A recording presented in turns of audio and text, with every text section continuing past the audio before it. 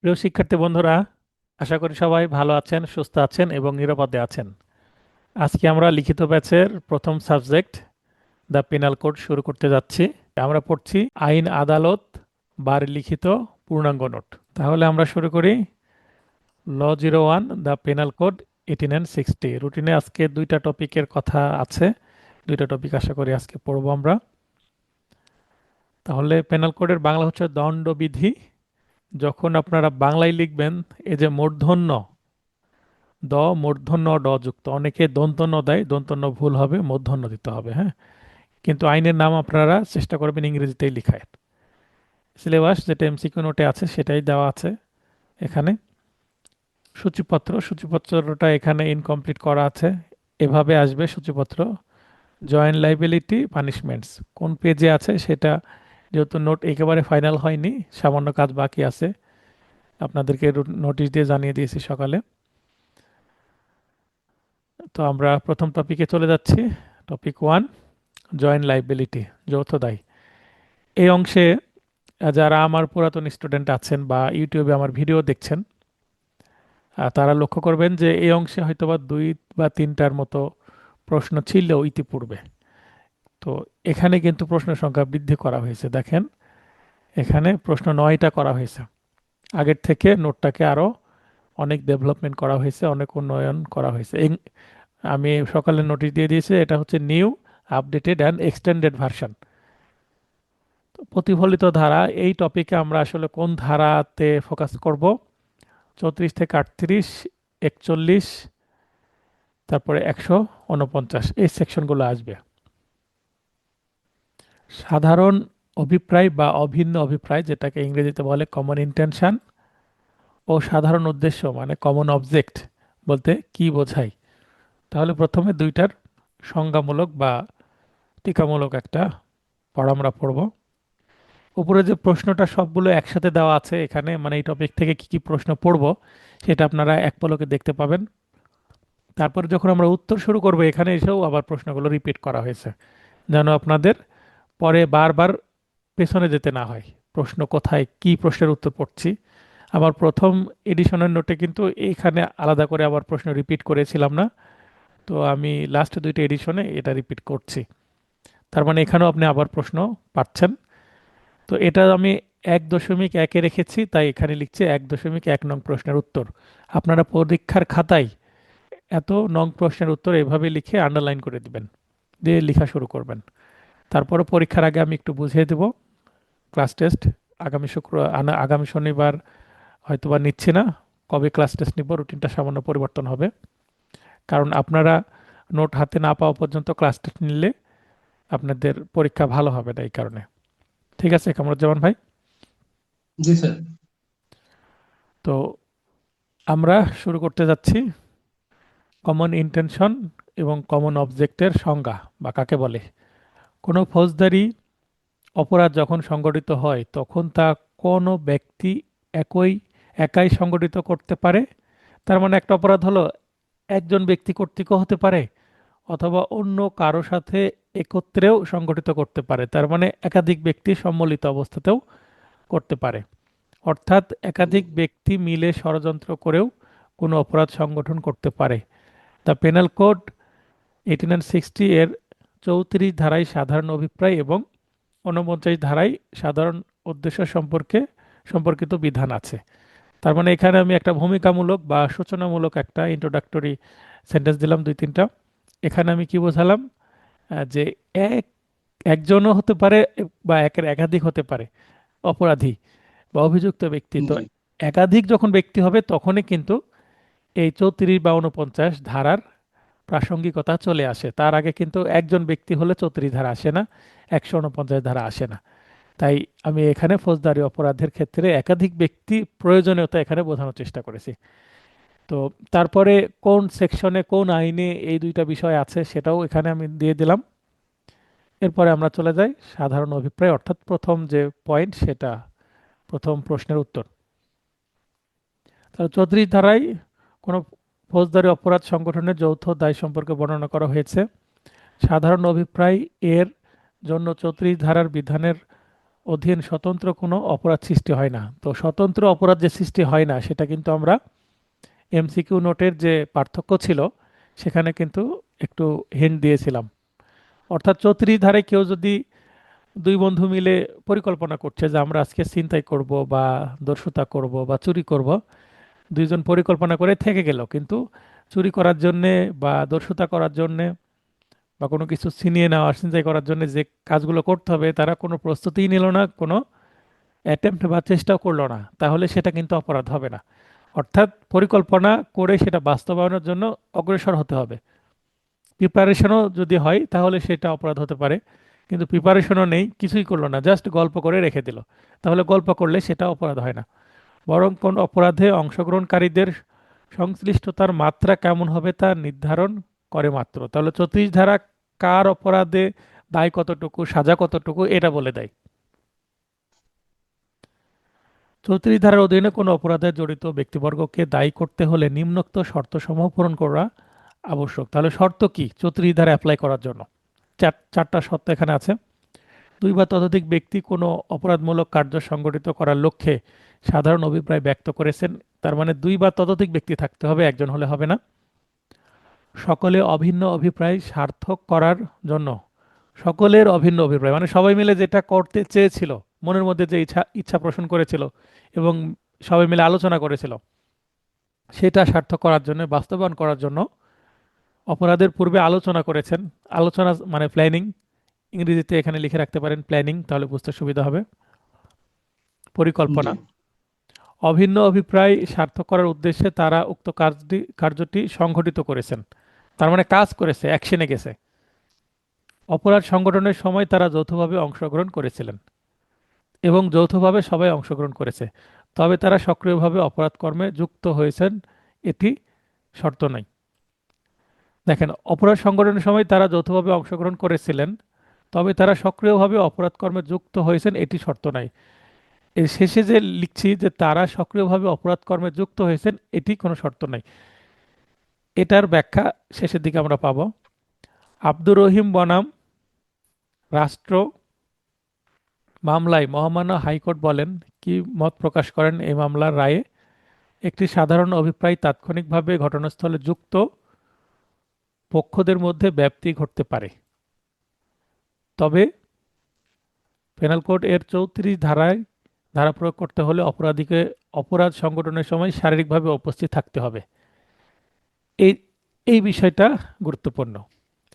এই কারণে কিন্তু একটা কেস রেফারেন্স দিয়ে দিছে, এটাকে বলে কেস রেফারেন্স। আপনারা উপর একটা পয়েন্টও দিতে পারেন, কেস রেফারেন্স পয়েন্ট না দিয়ে জাস্ট এই লাইনটুকু লিখে দিলেই হবে যে এই মামলায়, এই মামলা কোথায় আছে, অর্থাৎ ডিএলআর নাম্বার কত, এগুলো যদি উল্লেখ করেন হবে, না করলেও সমস্যা নেই।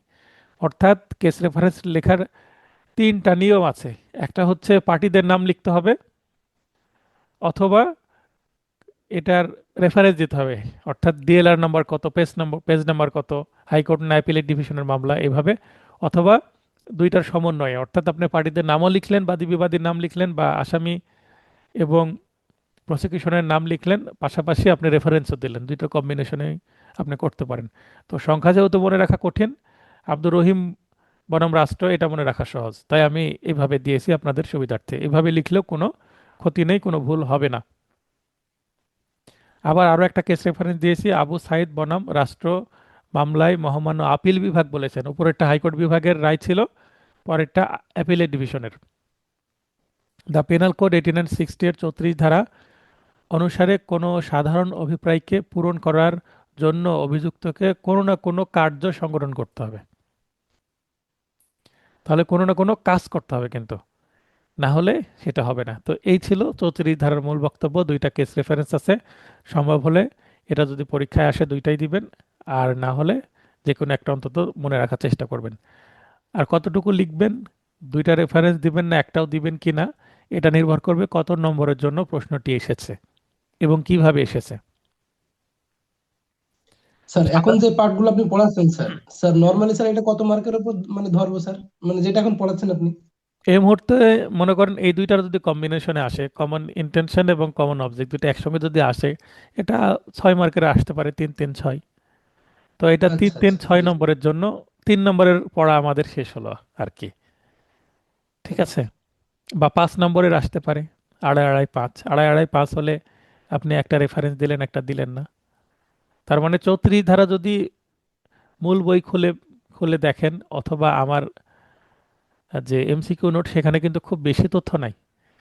যেখানে বেশি তথ্য নাই সেকশনে, ধারাতে, সেখানে কেস রেফারেন্স দেওয়াটা জরুরি হয়ে যায়। বুঝতে পেরেছেন?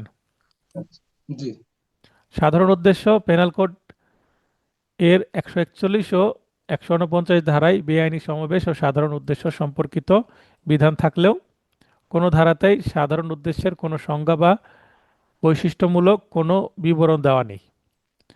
141 কেন লাগছে? কারণ 149 পড়তে গিয়ে 141 চলে আসে। সাধারণ উদ্দেশ্য বাস্তবায়ন করার জন্যে বেআইনি সমাবেশের যে ব্যক্তিবর্গ, বেআইনি সমাবেশের সদস্য যারা, তাদেরকে নিয়েই কিন্তু জি 149-এর কথা আছে, তাই 141টা এখানে রেলিভেন্ট হয়ে যায়। তাই এখানে আমি নিয়ে আসছি। 149 ধারার পরিবর্তে 141 ধারায় সাধারণ উদ্দেশ্য এর কিছু উদাহরণমূলক প্রবিধান আছে, যেগুলো দ্বারা সাধারণ উদ্দেশ্য সম্পর্কে একটা চিত্র পাওয়া যায়। তার মানে সাধারণ উদ্দেশ্যের সংখ্যা 149-এ নাই, কিন্তু 149ই সাধারণ উদ্দেশ্যের মূল সেকশন। তাই দুইটাকে কম্বিনেশনে এর সংজ্ঞাটা তৈরি করতে হবে। এটা একটা টেকনিক্যাল ম্যাটার। যেমন 141 ধারায় বলা আছে, 5 বা ততোধিক ব্যক্তি যদি কোনো দুষ্কর্ম বা অপরাধজনক অনধিকার প্রবেশ বা অন্যবিধ অপরাধ সংগঠন করার জন্য একমত হন, তাহলে তাকে সাধারণ উদ্দেশ্য বা অভিমত করা যায়। সাধারণ উদ্দেশ্য বলে অভিহিত করা যায়। তার মানে সাধারণ উদ্দেশ্য কখন? যখন 5 বা তার বেশি ব্যক্তি মিলে সমবেত হয়ে একই কাজ করবে, একই উদ্দেশ্য বাস্তবায়ন করবে, এই ধরনের একমত হয়, তখন তাদের মতামতকে সাধারণ উদ্দেশ্য বলা যাবে। তাহলে প্রচলিত অর্থে সাধারণ উদ্দেশ্য বলতে কতক ব্যক্তি দ্বারা সিদ্ধান্তকৃত এমন কতকগুলো অভীষ্ট লক্ষ্যকে বোঝায়, যেগুলো ওই ব্যক্তিরা পূরণ করতে চান এবং পূরণ করার লক্ষ্যে কোনো বেআইনি সমাবেশ সংগঠিত করে। তার মানে সাধারণ উদ্দেশ্যের সাথে বেআইনি সমাবেশ ওতপ্রোতভাবে জড়িত কিন্তু। এই কারণে এই 141 ধারা বাদ দিলে কিন্তু সংজ্ঞাটা দাঁড় করানো যায় না। তবে 149 ধারা প্রয়োগের সময় 141-এ উল্লেখিত 5 প্রকারের অপরাধের জন্যই সাধারণ উদ্দেশ্যে উপনীত হতে হবে। 149 ধারার মূল লক্ষ্য কোনো বেআইনি সমাবেশে উপস্থিত ব্যক্তিদের মধ্যে যদি কোনো সাধারণ উদ্দেশ্য বর্তমান থাকে, তাহলে তাদের দায় নির্ধারণ করা। তাহলে 149 ধারার কাজ হচ্ছে, যদি সাধারণ উদ্দেশ্য থাকে তাহলে তাদেরকে কিভাবে সাজা দেওয়া যাবে, দণ্ডিত করা যাবে কিভাবে, এটা বলে 149 ধারা। এবার আমরা 149 ধারা কি বলে সেটা পড়ব। তাহলে 149 ধারার মূল কথা হলো, কোনো উদ্দেশ্য বাস্তবায়নের লক্ষ্যে কোনো অপরাধ সংঘটিত হলে ওই সমাবেশের সাধারণ উদ্দেশ্য সম্পর্কে অবহিত প্রত্যেক সদস্যই অপরাধটি তার দ্বারা সংঘটিত হোক বা না হোক দোষী বলে গণ্য হবে। তার মানে যৌথ দায়ের বিষয়টা চলে আসলো। আমরা পড়ছি জয়েন্ট লাইবিলিটি টপিক। তো জি 34-এও কিন্তু যৌথ দায় বা জয়েন্ট লাইবিলিটি, এখানেও কিন্তু একের দোষে 10-এর শাস্তির মতো অবস্থা। অর্থাৎ 149 ধারা বিশ্লেষণ করলে দেখা যায়, কোনো বেআইনি সমাবেশের কোনো সদস্য যিনি ওই সমাবেশের সাধারণ উদ্দেশ্য সম্পর্কে পূর্ব থেকে জানেন, তিনি কোনো অপরাধ সংগঠিত করুক বা না করুক, তিনি ওই সমাবেশে উপস্থিত ছিলেন শুধুমাত্র এই কারণে দোষী বলে সাব্যস্ত হবেন। এই ধারার অধীন কোনো ব্যক্তিকে অভিযুক্ত ও দণ্ড প্রদান করতে হলেও কিছু শর্ত পূরণ করতে হবে। আগেও 34 ধারাতে শর্ত পড়ালাম, এখানেও শর্ত পড়াচ্ছি। শর্ত পড়ালে আপনাদের হেল্প হবে কি, এই প্রশ্ন না আসলেও এই দুইটা সেকশন থেকে প্রবলেমেটিক প্রশ্ন যদি আসে, 149 হবে না 34 হবে, একটা কনফিউশন কাজ করেই। তো সেই কনফিউশনটা দূর হবে, তাই একটু ডিপলি বোঝানোর চেষ্টা করছি, যেগুলো শর্ত থেকে আমরা স্পষ্ট হব। তিনি অবশ্যই কোনো না কোনো বেআইনি সমাবেশের সদস্য হবেন এবং উপস্থিত থাকবেন। তাহলে বেআইনি সমাবেশের সদস্য হতে হবে, তারপরে ফিজিক্যালি অ্যাপিয়ার বা উপস্থিত থাকতে হবে। উক্ত বেআইনি সমাবেশ যে উদ্দেশ্যে সংগঠিত হবে তা তিনি পূর্ব থেকে জানেন। মনে করেন এক জায়গায় 20 জন ব্যক্তি মিলে একটা সমাবেশ করছে, প্রথমে সেটা হয়তো বা গল্পগুজব বা আড্ডা হচ্ছিল, সেখানে এই আইনি সমাবেশ বা যেটা সাধারণ সমাবেশ ছিল সেটা বেআইনি সমাবেশ হয়ে গেল পরবর্তীতে 2-3 জন ব্যক্তির কর্মকাণ্ডের কারণে। এখন ওই 20 জনের মধ্যে যদি 10 জন জানে যে আমরা এখানে আলটিমেটলি 2 ঘন্টার মতো থাকবো। প্রথম 1 ঘন্টা কিছু বলবো না, শেষের দিকে একটু ঝামেলা শুরু করব, শেষের আধা ঘন্টার মতো আমরা কি করব, এখানে ঝামেলা করব, তার মানে বেআইনি কর্মকাণ্ড করব। এই বিষয়টা কয়জন জানে? 10 জন জানে, আর বাকি 10 জন জানে না। তাহলে যে 10 জন জানে তারাই 149 ধারায় দায়ী হবে, এবং বাকি 10 জন যেহেতু জানেই না, সেহেতু তাদের এখানে দোষ হবে না, কারণ তারা বেআইনি সমাবেশের সদস্য ঠিকই, কিন্তু তারা যেহেতু উদ্দেশ্য জানে না, তাদের সাধারণ উদ্দেশ্য নেই, তার মানে 149 ধারায় যৌথ দায় তাদের উপরে অ্যাপ্লাই হবে না। হবে ক্লিয়ার না, হলো বিষয়টা? অ্যাপ্লাই হবে না। জি জি জি স্যার। আবার মনে করেন যে একটা রাস্তার উপরে বা একটা পাবলিক প্লেসে, মার্কেটে মারামারি শুরু হয়েছে, 20-30 জন মিলে মানে মব সৃষ্টি করেছে।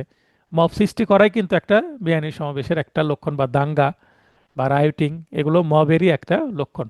তো মব হচ্ছে রায়োটিং এরই একটা পার্ট। তো এই রায়োটিং করলেও 149 ধারা হয়, তারপর বেআইনি সমাবেশ 143 ধারা যেটা সাজা আছে, সেখানেও 149 ধারা অ্যাপ্লাই হয় সব ক্ষেত্রেই। তার মানে 141 থেকে 149 ধারা যদি আমরা পুরোটা এক লাইনে পড়ি, মানে একসঙ্গে এমসিকিউ নোটে যেটা আছে, তাহলে আপনারা বুঝতে পারবেন যে দুই ক্ষেত্রে 149 ধারা অ্যাপ্লাই হবে। আর রায়োটিং বা দাঙ্গাটা আর কিছু নয়, সহিংস বেআইনি সমাবেশ, তাই না? জি তো এই কারণে মনে করেন একটা পাবলিক প্লেসে বা একটা মার্কেটে মারামারি হচ্ছে বা একটা ঝামেলা হচ্ছে, একটা মব সৃষ্টি হয়েছে, তো সেখানে একটা রিক্সা চালক যাচ্ছে, এই রিক্সায় 2 জন যাত্রী বসে আছে। তো এই 3 জনও যদি মাঝখানে ঢুকে যায়, এই 3 জন তো আগে থেকে যদি না জানে যে এখানে কি হতে চলেছে, তারা কি একটা মবের মধ্যে পড়ে গেছে, বিশৃঙ্খলার মধ্যে পড়ে গেছে। তো তাদেরকে তো যদি অ্যারেস্ট করেও ফেলে, আলটিমেটলি তাদেরকে আর সাজা দেওয়া সম্ভব হবে না, যদি তারা বলতে পারে যে, তারা প্রমাণ করতে পারে যে আমরা আসলে এটা সম্পর্কে জানতাম না। তো এটা ডিফেন্স লয়ার তাদেরকে যদি স্ট্যান্ড করতে পারে যে হ্যাঁ তারা জানে না, তাহলে তারা বাঁচবে, তাদের সাজা হবে না। না হলে তাদেরও সাজা হতে পারে, যদি এরকম নিরীহ বা জানে না কিছুই নির্দোষ ব্যক্তি বিরুদ্ধে মামলা হয়। সেক্ষেত্রে মানে চেষ্টা করতে হবে পারতপক্ষে এই ধরনের মব বা বিশৃঙ্খলা এড়িয়ে চলা। কারণ এই সৃষ্টি হলেই যদি মামলা হয়, একসঙ্গে অনেকের নামে মামলা হয়, নাম উল্লেখ থাকে, আবার অজ্ঞাতনামা 100-500 জন এই ধরনের বক্তব্য থাকে এজাহারে। তো ওই অজ্ঞাতনামার মধ্যে কিন্তু অনেকের নাম চলে আসতে পারে পরবর্তীতে, যখন মামলা তদন্ত হবে, যে কে কে জি ছিল। স্যার, রিসেন্ট এমন কিছু ঘটছে আর কি, মানে রিসেন্ট তো দেখলাম গতকালকে ওই যে মামলা হইলো প্রথম আলো ডেইলি স্টারের, দেখলাম 400-500 জন করে আসামি। অনেকে অজ্ঞাত থেকে যাবে, অনেকে হয়তো ছিল না, সেও জড়িয়ে যাবে। হ্যাঁ, সেটাই। তো এই কারণে কিন্তু এই টপিকটা আমি রেখেছি। এই টপিকটা গত মানে পরীক্ষার জন্য ইম্পর্টেন্ট ছিল না, আপনাদের জন্য মোস্ট ইম্পর্টেন্ট হয়ে গেছে এবার। কারণ দেশের জি পরিস্থিতি জি যেমন, যাই যিনি প্রশ্ন করবেন তার মাথার মধ্যে তো এগুলো আসবে, পেপার, পত্রিকা, ফেসবুক, সোশ্যাল মিডিয়া, খবর, নিউজ, সব কিছু দেখবেন, উনি তো এগুলো দেখবেন চোখে। তখন ওনার মাথার মধ্যে এখান থেকে প্রশ্ন করার একটা সম্ভাবনা তৈরি হবে, তাই না? জি জি। আরেকটা কেস রেফারেন্স এখানে দিচ্ছি, মুথু নাইকার বনাম টি.এন. মামলায়। তার মানে এটা একটা ইন্ডিয়ান সাবকন্টিনেন্টের, মানে ভারত ভাগ হওয়ার আগের মামলা। ভারতের সুপ্রিম কোর্ট রায় দিয়েছেন যে, যদি কোনো ব্যক্তির বেআইনি সমাবেশে উপস্থিতি প্রমাণিত হয়, তাহলে তিনি অপরাধ করেছেন কিনা তা প্রমাণিত না হলেও চলবে, কিন্তু দেখতে হবে যে নিরপরাধ কৌতূহলী দর্শক যেন শাস্তি না পায়, যেটা অলরেডি আমি ব্যাখ্যা করলাম, তাই না? জি জি জি জি ব্যাপক জনগণ যেখানে সমবেত হয়, সেখানে দেখতে হবে যে কারা বেআইনি সমাবেশে ছিল, মানে গ্রুপের অংশ কে আর গ্রুপের বাইরে কে। এটাই হচ্ছে মূল ফ্যাক্ট। এটা বিচারককে দেখতে হবে, ডিফেন্স লয়ারকে দেখতে হবে, প্রসিকিউশনকেও দেখতে হবে, তাহলে ন্যায় বিচার নিশ্চিত করা যাবে। এরপরে 2 নম্বর প্রশ্ন। এই যে এখানে যদি প্রশ্নটা না দিতাম, আবার ব্যাকে গিয়ে আমাদের কিন্তু দেখতে হতো কি প্রশ্ন, তাই না? জি জি। আর নোটে কিন্তু প্রশ্নকে আমি এভাবে বক্সের মধ্যে করে দিয়েছি, হ্যাঁ। তো যখন আমি বক্সের মধ্যে দিব, তখন প্রশ্নটা খুঁজে পেতে সুবিধা হবে আপনাদের। আর প্রশ্নের উত্তর সবসময় এই যে এভাবে ব্ল্যাক হাইলাইটেড করে দিয়েছি, তাহলে আপনাদের মানে চোখে পড়বে সহজে, তাই। 2 নম্বর প্রশ্ন এই টপিকের, 1.2 মানে প্রথম টপিকের দ্বিতীয় প্রশ্ন। পেনাল কোড এর সংশ্লিষ্ট ধারা উল্লেখপূর্বক সাধারণ অভিপ্রায় ও সাধারণ উদ্দেশ্যের মধ্যে পার্থক্য নিরূপণ করুন। একটু আগে যে 2টা টপিক পড়লাম, মানে যেই 2টা বিষয় পড়লাম, সেই 2টা বিষয়ের মধ্যে পার্থক্য। তো পার্থক্য লেখার বেস্ট যে পদ্ধতি, সেটা এখানে আপনারা দেখতে পাবেন। আমার মতে এই পদ্ধতিতে যদি পার্থক্য লেখেন সবচেয়ে ভালো হয়। পদ্ধতি তিন চার ভাবে লেখা যায় পার্থক্য, তবে এখন যেটা পড়বো, this is the best way to write a distinguishment, মানে ডিস্টিংগুইশমেন্ট বা ডিফারেন্স লেখার জন্য এটা সবচেয়ে ভালো পদ্ধতি। সাধারণ অভিপ্রায় ও সাধারণ উদ্দেশ্য এর মধ্যে পার্থক্য নিম্নে, এখানে একটা আন্ডারলাইন করে দিতে হবে, তাহলে ভালো হয় আরো। নিম্নে সাধারণ অভিপ্রায় ও সাধারণ উদ্দেশ্যের মধ্যে পার্থক্য দেখানো হলো। মানে এই বানানটা ঠিক করতে হবে, আমি ঠিক করে দেব। তো দেওয়া হলো লিখতে হবে। 1 নম্বর পয়েন্ট ধারা, তার মানে 1 নম্বর পয়েন্টের বিষয় কি ধারা, কত ধারায় কোনটা আলোচনা করা হয়েছে। তাহলে পেনাল কোডের 34 ধারায় সাধারণ অভিপ্রায় সম্পর্কে আলোচনা করা হয়েছে বলে দিলাম, তাহলে ধারা ভিত্তিক জি পার্থক্য একটা 34। এখানে মাঝখানে আমাদের আরেকটা মানে শব্দ যুক্ত করতে হবে অপর দিকে, তার মানে অন দ্বারা আদার হ্যান্ড বা অন দ্য কন্ট্রারি ইংরেজিতে দ্বারা লিখবেন। 149 ধারায় সাধারণ উদ্দেশ্য সম্পর্কে আলোচনা করা হয়েছে, তাহলে ধারাভিত্তিক পার্থক্য হয়ে গেল। এরপরে 2 নম্বর পয়েন্ট সংজ্ঞা, মানে সংজ্ঞা ভিত্তিক পার্থক্য। তার মানে এখানে ও পয়েন্ট স্যার, নাম্বার, প্রতিটা পয়েন্টেই, তাহলে স্যার প্রতিটা পয়েন্টে দুইটা বিষয়ের তুলনামূলক মানে আলোচনারে আছে আর কি।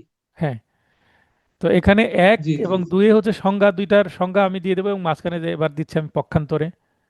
ঠিক আছে, এরপরে জি দিচ্ছি জি কিন্তু, জি তারপরে অপর দিকে। তার মানে এই যে ল্যাঙ্গুয়েজ, যেটা কনজাংশন, হ্যাঁ, বা জি জি অব্যয় পদ, এটা কিন্তু আমি কি করছি, একটু পরিবর্তন করছি ইন্টারেস্টিং করার জন্য লেখাটা। দুই বা ততোধিক ব্যক্তির মধ্যে যদি পূর্ব পরিকল্পনা থাকে এবং উক্ত পূর্ব পরিকল্পনা অনুযায়ী তারা কোনো অপরাধ সংগঠন করে, তবে তাদের মধ্যে সাধারণ অভিপ্রায় ছিল বলে গণ্য হবে। এতটুকু হচ্ছে 34 ধারার সংজ্ঞা, কমন ইন্টেনশন। 5 বা ততোধিক ব্যক্তি যদি কোনো দুষ্কর্ম বা অপরাধমূলক অনধিকার প্রবেশ বা অন্যবিধ অপরাধ সংগঠিত করার জন্য একমত হন, তাহলে তাকে সাধারণ উদ্দেশ্য বলে অভিহিত করা যায়। সংজ্ঞা হয়ে গেল। অপরাধীর জি সংখ্যা 3 নম্বর পয়েন্ট। তো সংখ্যা ভিত্তিক আমরা কিন্তু পার্থক্য দেখি, তাহলে 34 ধারার ক্ষেত্রে দুইজন ন্যূনতম, ন্যূনতম মানে মিনিমাম দুইজন, আর এখানে কিন্তু ন্যূনতম 5 জন। পূর্ব পরিকল্পনা মানে প্রি প্ল্যানিং, 34 ধারায় প্রয়োগ, 34 ধারা প্রয়োগের ক্ষেত্রে পূর্ব পরিকল্পনা বিদ্যমান থাকতে হবে, তার মানে মাস্ট থাকতে হবে। পূর্ব পরিকল্পনা বা প্রি প্ল্যান না থাকলে হবে না। আর 149 ধারা প্রয়োগের ক্ষেত্রে পূর্ব পরিকল্পনা বিদ্যমান থাকা অপরিহার্য নয়, থাকতেও পারে নাও থাকতে পারে। কেমন, মনে করেন যে 10 জন মিলে বা 5 জন মিলে একটা জায়গায় সমবেত হয়ে ভালো কাজের জন্যই সমবেত হয়েছিল। ইন দ্য মিন টাইম প্রথম দিকে সবই ঠিকঠাক ছিল, পরে পরবর্তীতে বিশৃঙ্খলা তৈরি হয়েছে, তার মানে প্রথম থেকেও তারা জানে না। এবং বিশৃঙ্খলতার সৃষ্টি হয়েছে কখন, থাকা অবস্থাতে হঠাৎ তারা সিদ্ধান্ত নিয়েছে যে আমরা এই কাজটা করব, কারণ ভালো জি জি, উদ্দেশ্য হঠাৎ তখন খারাপ হঠাৎ। উদ্দেশ্য চলে গেছে। তার মানে সাডেনলি তাদের মধ্যে কমন অবজেক্ট উদয় হয়েছে, পূর্বে ছিল না। জি তার মানে ঘটনাস্থলে জি, হঠাৎ ইনস্ট্যান্টলি, অপরাধ প্রবণতা। জি হুম, জি তার মানে ক্রাইম সিনে এসে তাদের অপরাধ প্রবণতার সৃষ্টি হয়েছে ভিতরে, এবং কমন একটা অবজেক্ট সৃষ্টি হয়েছে যে আমরা না এখন এই সুযোগের সদ্ব্যবহার করি, এখন কিছু লুটপাট করে নিই। বুঝতে পারেননি, ঝোপ বুঝে কোপ জি মারার জি মতো অবস্থা, সুযোগ জি সন্ধানী লোকেরা এগুলো করে। তো 34 ধারা ক্ষেত্রে ওই ইনস্ট্যান্টলি পূর্ব পরিকল্পনা যদি না থাকে হবে না, অন্তত পূর্ব পরিকল্পনা বলতে 5 মিনিট আগেও পরিকল্পনা করে তারপরে কাজ শুরু করতে হবে। আর 149 ধারায় মাঠে গিয়ে কাজ শুরু করার পরেও পরে কমন অবজেক্ট উদয় হয়ে তখন বিশৃঙ্খলা করলে সেটাও হতে পারে, অপরিহার্য নয়। আগে থেকেও হতে পারে, পরেও থাকতে, তার মানে পূর্ব পরিকল্পনা থাকতেও পারে নাও থাকতে পারে 149-এ। এটাকে বলা হচ্ছে অপরিহার্য নয়, কিন্তু থাকতেও পারে নাও থাকতে পারে। আর বিদ্যমান থাকতে হবে বা অপরিহার্য, তার মানে মাস্ট এখানে থাকবেই 34-এর ক্ষেত্রে। বেআইনি সমাবেশের সদস্য 34 ধারায় লাগে না, অপরিহার্য নয়। 149 ধারায় অবশ্যই লাগবে, সদস্য হতে হবে, আমরা সংজ্ঞা থেকে এটা জানি। জি কার্যে অংশগ্রহণ মানে এটাকে ইংরেজিতে বলে পার্ট প্লে। যারা কোর্টে যান দেখবেন বেল হিয়ারিং করলে, স্যার আমার মক্কেলের কোনো পার্ট প্লে নাই, কোনো মানে নন বেলেবল সেকশনের কোনো অপরাধ করেনি, কোনো পার্ট প্লে নাই আমার মক্কেলের বা আমার দরখাস্তকারী আসামি অভিযুক্ত ব্যক্তি। তো এই পার্ট প্লে মানে অপরাধে অংশগ্রহণ, কতটুকু সে কাজ করেছে। 34 ধারা প্রয়োগের ক্ষেত্রে অপরাধীকে সক্রিয়ভাবে কার্যে অংশগ্রহণ করতে হবে, তার মানে অ্যাক্টিভ পার্ট প্লে থাকতে হবে, সক্রিয় অংশগ্রহণ। অন্যদিকে 134, 108 49 ধারা প্রয়োগের ক্ষেত্রে অপরাধীকে বেআইনি সমাবেশের অংশগ্রহণই যথেষ্ট। সক্রিয় কার্যে অংশগ্রহণ অপরিহার্য নয়। মনে করেন 10 জন মিলে বেআইনি সমাবেশ সংগঠন করলো, তার মধ্যে 2 জন ভাঙচুর করলো আর 8 জন শুধুমাত্র সাপোর্ট দিল। তারা জানে যে হ্যাঁ এই কাজের জন্য আসছি, কিন্তু তারা নিজেরা চেয়ার ভাঙলো না, কোনো কিছু করলো না, লুটপাট করলো না। 2 জন করলো কিন্তু বাকি 8 জন নিষ্ক্রিয় থাকলো, অ্যাক্টিভ ছিল না, ইনঅ্যাক্টিভ ছিল, তারপরেও তারা দোষী হবে, অপরিহার্য নয়। বুঝতে পেরেছেন? জি জি স্যার। আর 34 হতে হলে সবাইকে কোনো না কোনো কাজ করতে হবে। চুরি করতে গিয়ে কেউ যদি পাহারা দেয় যে দেখো তো কেউ আসছে কিনা, মালিক আসছে কিনা, তো সেই ক্ষেত্রে সিগন্যাল দিবে। রাস্তার দুই পাশে 2 জন দাঁড়িয়ে পাহারা দিচ্ছে, আর 2 জন প্রবেশ করেছে হচ্ছে বাসায় চুরি করার জন্য। তো ওই যে 2 জন পাহারা জি। দিচ্ছে, দ্যাট ইজ অলসো একটি পার্ট প্লে। কারণ পাহারা দেওয়া কিন্তু সে সক্রিয়ভাবে কিন্তু দাঁড়িয়ে আছে, সে তো ঘুমাচ্ছে না, তাই না? অংশগ্রহণ, সহযোগিতা, অংশগ্রহণ। সে তো অংশগ্রহণ করছে, সে পাহারা দিচ্ছে। সে জি চুরি করেনি, মানে জি সে বাড়িতে ঢুকে কোনো কিছু নিয়ে আসেনি ঠিকই, কিন্তু পাহারা দিচ্ছে, তার মানে সে অ্যাক্টিভলি মাঠে আছে। দিস ইজ জি জি। এটাও কিন্তু অ্যাক্টিভ পার্ট প্লে। বুঝতে হবে। এই প্রবলেমেটিক প্রশ্ন আসবে কিন্তু এভাবে পেঁচিয়ে, অ্যাক্টিভ পার্ট প্লে আছে কিনা। মনে করেন 5 জন অপরাধীর নাম দিল, অ্যাক্টিভ পার্ট প্লে যদি সবার থাকে তাহলে সেটা 34 হতে পারে, যদি বেআইনি সমাবেশের সদস্য না হয়। মানে এখানে একটু কনফিউশন থাকবে, যখন প্রবলেমেটিক প্রশ্ন পড়বে ক্লিয়ার হবে বিষয়টা। পরিধির তুলনা। 149 ধারায় বর্ণিত সাধারণ উদ্দেশ্যের পরিধি 134 ধারায় বর্ণিত সাধারণ উদ্দেশ্যের পরিধির চেয়ে ব্যাপক ও সুদূর প্রসারী। মানে এই অপরাধটা কি ছোট না বড়? তার মানে 149 ধারা যেহেতু অনেক বেশি লোক থাকে, অনেক মব সৃষ্টি হয়, তার মানে এটার পরিধি একটু জি ব্যাপক, মানে এটা একটু ডেঞ্জারাস টাইপের অপরাধ। কিন্তু 34 অতটা ডেঞ্জারাস নাও হতে পারে, কারণ লোক সংখ্যা এখানে যেহেতু কম হতে পারে, 2 জন হলেই হয়। দণ্ডাদেশ মানে অর্ডার অফ পানিশমেন্ট কি হতে পারে? 34 ধারায় সাধারণ উদ্দেশ্যে অপরাধের জন্য ন্যূনতম 2 জন ব্যক্তিকে যৌথভাবে দণ্ড প্রদান করা যায়। তার মিনিমাম 2 জন হলে দণ্ড দেওয়া যাবে 34 ধারা অ্যাপ্লাই করে। আর 49 ধারা অ্যাপ্লাই করতে হলে ন্যূনতম 5 জন ব্যক্তিকে যৌথভাবে দণ্ড দেওয়া যাবে। অপরাধী সংখ্যার সাথে অনেকটা মিলে যায়, জাস্ট একটা পয়েন্ট বৃদ্ধি করার জন্য এই পয়েন্টটাকে সৃষ্টি করা হয়েছে। একটু জি ভাষাগত পরিবর্তন আছে দেখেন। মনে করেন এই প্রশ্নটা যদি 6 নম্বর বা 5 নম্বরের জন্য আসে, 5 নম্বরের জন্য যদি পার্থক্য লিখতে আসে, আপনি 5টা পয়েন্ট কেন দিবেন? একটা পয়েন্ট যদি ভুল হয়ে যায় লিখা, 6-7টা পয়েন্ট দিবেন। আর আমি আরো বেশি রেখেছি যেন আপনার কোনো পয়েন্ট ভুলে গেলে তারপরেও যেন অন্তত পয়েন্টের সংখ্যা 7টা অন্তত মনে থাকে। বুঝতে পেরেছেন? জি। মানে পয়েন্টের সংখ্যা বেশি থাকলে আপনার জ্ঞানের পরিধিটা বাড়লো, দুইটার মধ্যে পার্থক্যটা আরো ডিপলি গভীরভাবে জানতে পারবেন। তাই স্বতন্ত্র অপরাধ সৃষ্টি 34 ধারায় সাধারণ অভিপ্রায় কোনো স্বতন্ত্র অপরাধ সৃষ্টি করে না। ওই যে বললাম, গল্প করলেই হবে না, কাজ করতে হবে, প্রস্তুতি নিতে জি হবে। কিন্তু 149 ধারায় বেআইনি সমাবেশে অংশগ্রহণে স্বতন্ত্র অপরাধ সৃষ্টি করে, তার মানে বেআইনি সমাবেশে অংশগ্রহণ করেছে ওখানে থাকার জন্যেই। কোনো কিছু ভাঙচুর যদি নাও করে, বেআইনি সমাবেশ যখন ঘোষণা হয়ে গেছে, সবাই ছত্রভঙ্গ করে দেওয়ার পরে যদি অবস্থান করে, তাহলে কিন্তু অপরাধ হয়, তাই না? সেটা লেখা আছে না? জি। এমসিকিউ নোটটা দেখলে বুঝতে পারবেন। তার মানে বেআইনি সমাবেশ হয়ে গেছে, তখন আর থাকা যাবে না, থাকলে অপরাধ। 3 নম্বর প্রশ্ন, 34 ও 38-এর বিধানের মধ্যে পার্থক্য। এর আগে দেখলাম 34 এবং 149, এবার 34 থেকে সাথে 38-এর, এই 34 সাথে 38-এর মূল নোটে আমার এর আগে কখনো ছিল না, এটা প্রথম আপনাদের জন্য, প্রথম আমি এটা দিয়েছি। 2 নম্বর বা 2.5 নম্বরের জন্য আসতে পারে ছোট পার্থক্য। মূল বক্তব্য কি? 34 ধারার মধ্যে যখন একাধিক ব্যক্তি অভিন্ন অভিপ্রায় বা কমন ইন্টেনশন নিয়ে কোনো অপরাধ সংঘটিত করে, তখন প্রত্যেকে সে অপরাধের জন্য যৌথভাবে দায়ী হবে। অপরদিকে 38 ধারার বিধান মতে একাধিক ব্যক্তি একটি অপরাধে জড়িত থাকলেও বা থাকলে অপরাধ সংগঠনের বিভিন্ন পর্যায়ে অংশগ্রহণের জন্য তাদের ভিন্ন ভিন্ন ভূমিকা অনুযায়ী দায় নির্ধারিত হবে।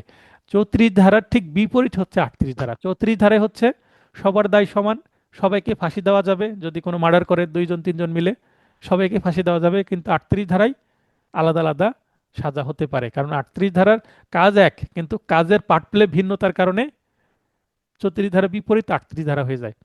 তার মানে কারো হবে বেশি সাজা, কারো হবে কম।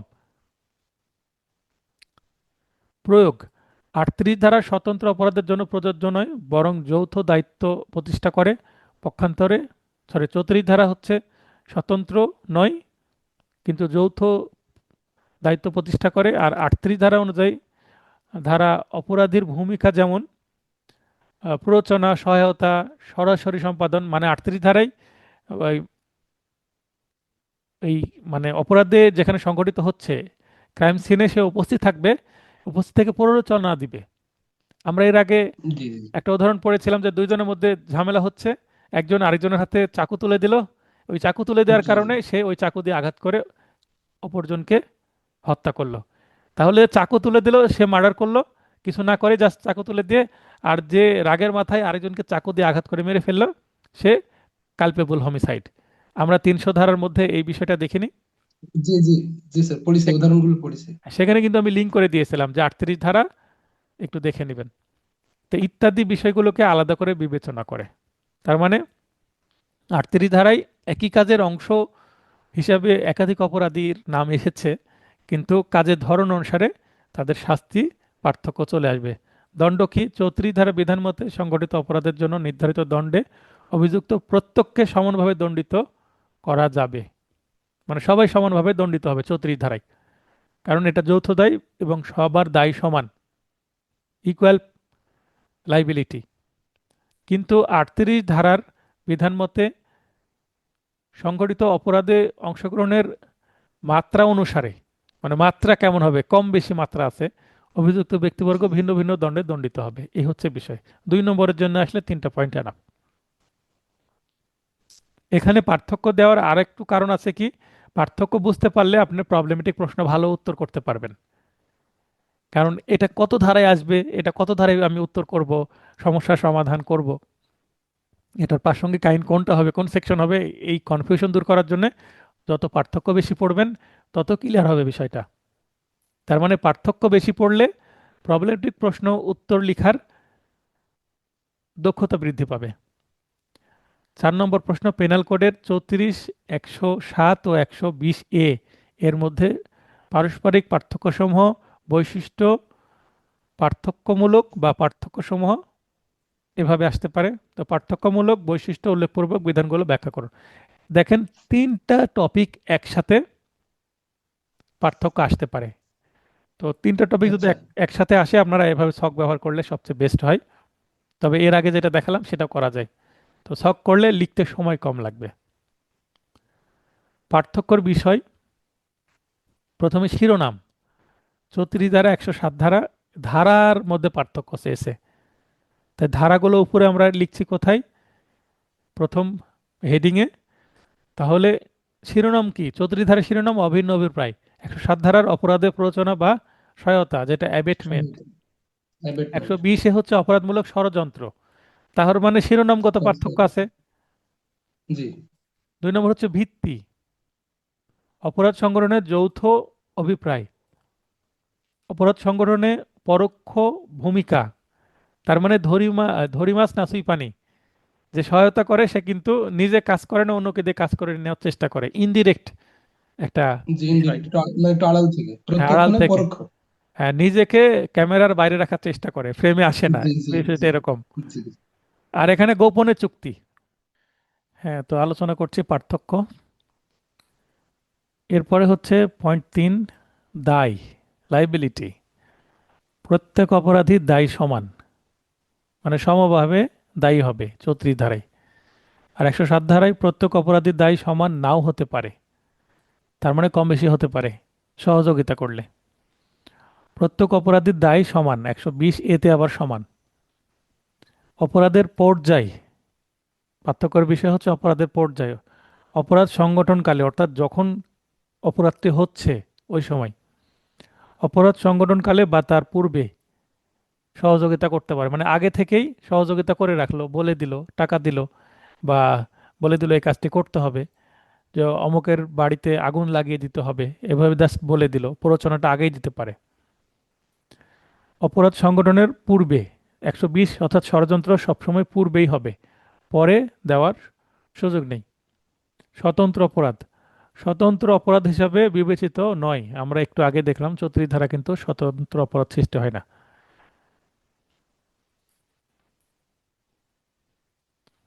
স্বতন্ত্র অপরাধ হিসাবে বিবেচিত হয় 107 ধারা, কিন্তু অ্যাবেটমেন্ট এটা হচ্ছে একটা ইনচয়েড ক্রাইম।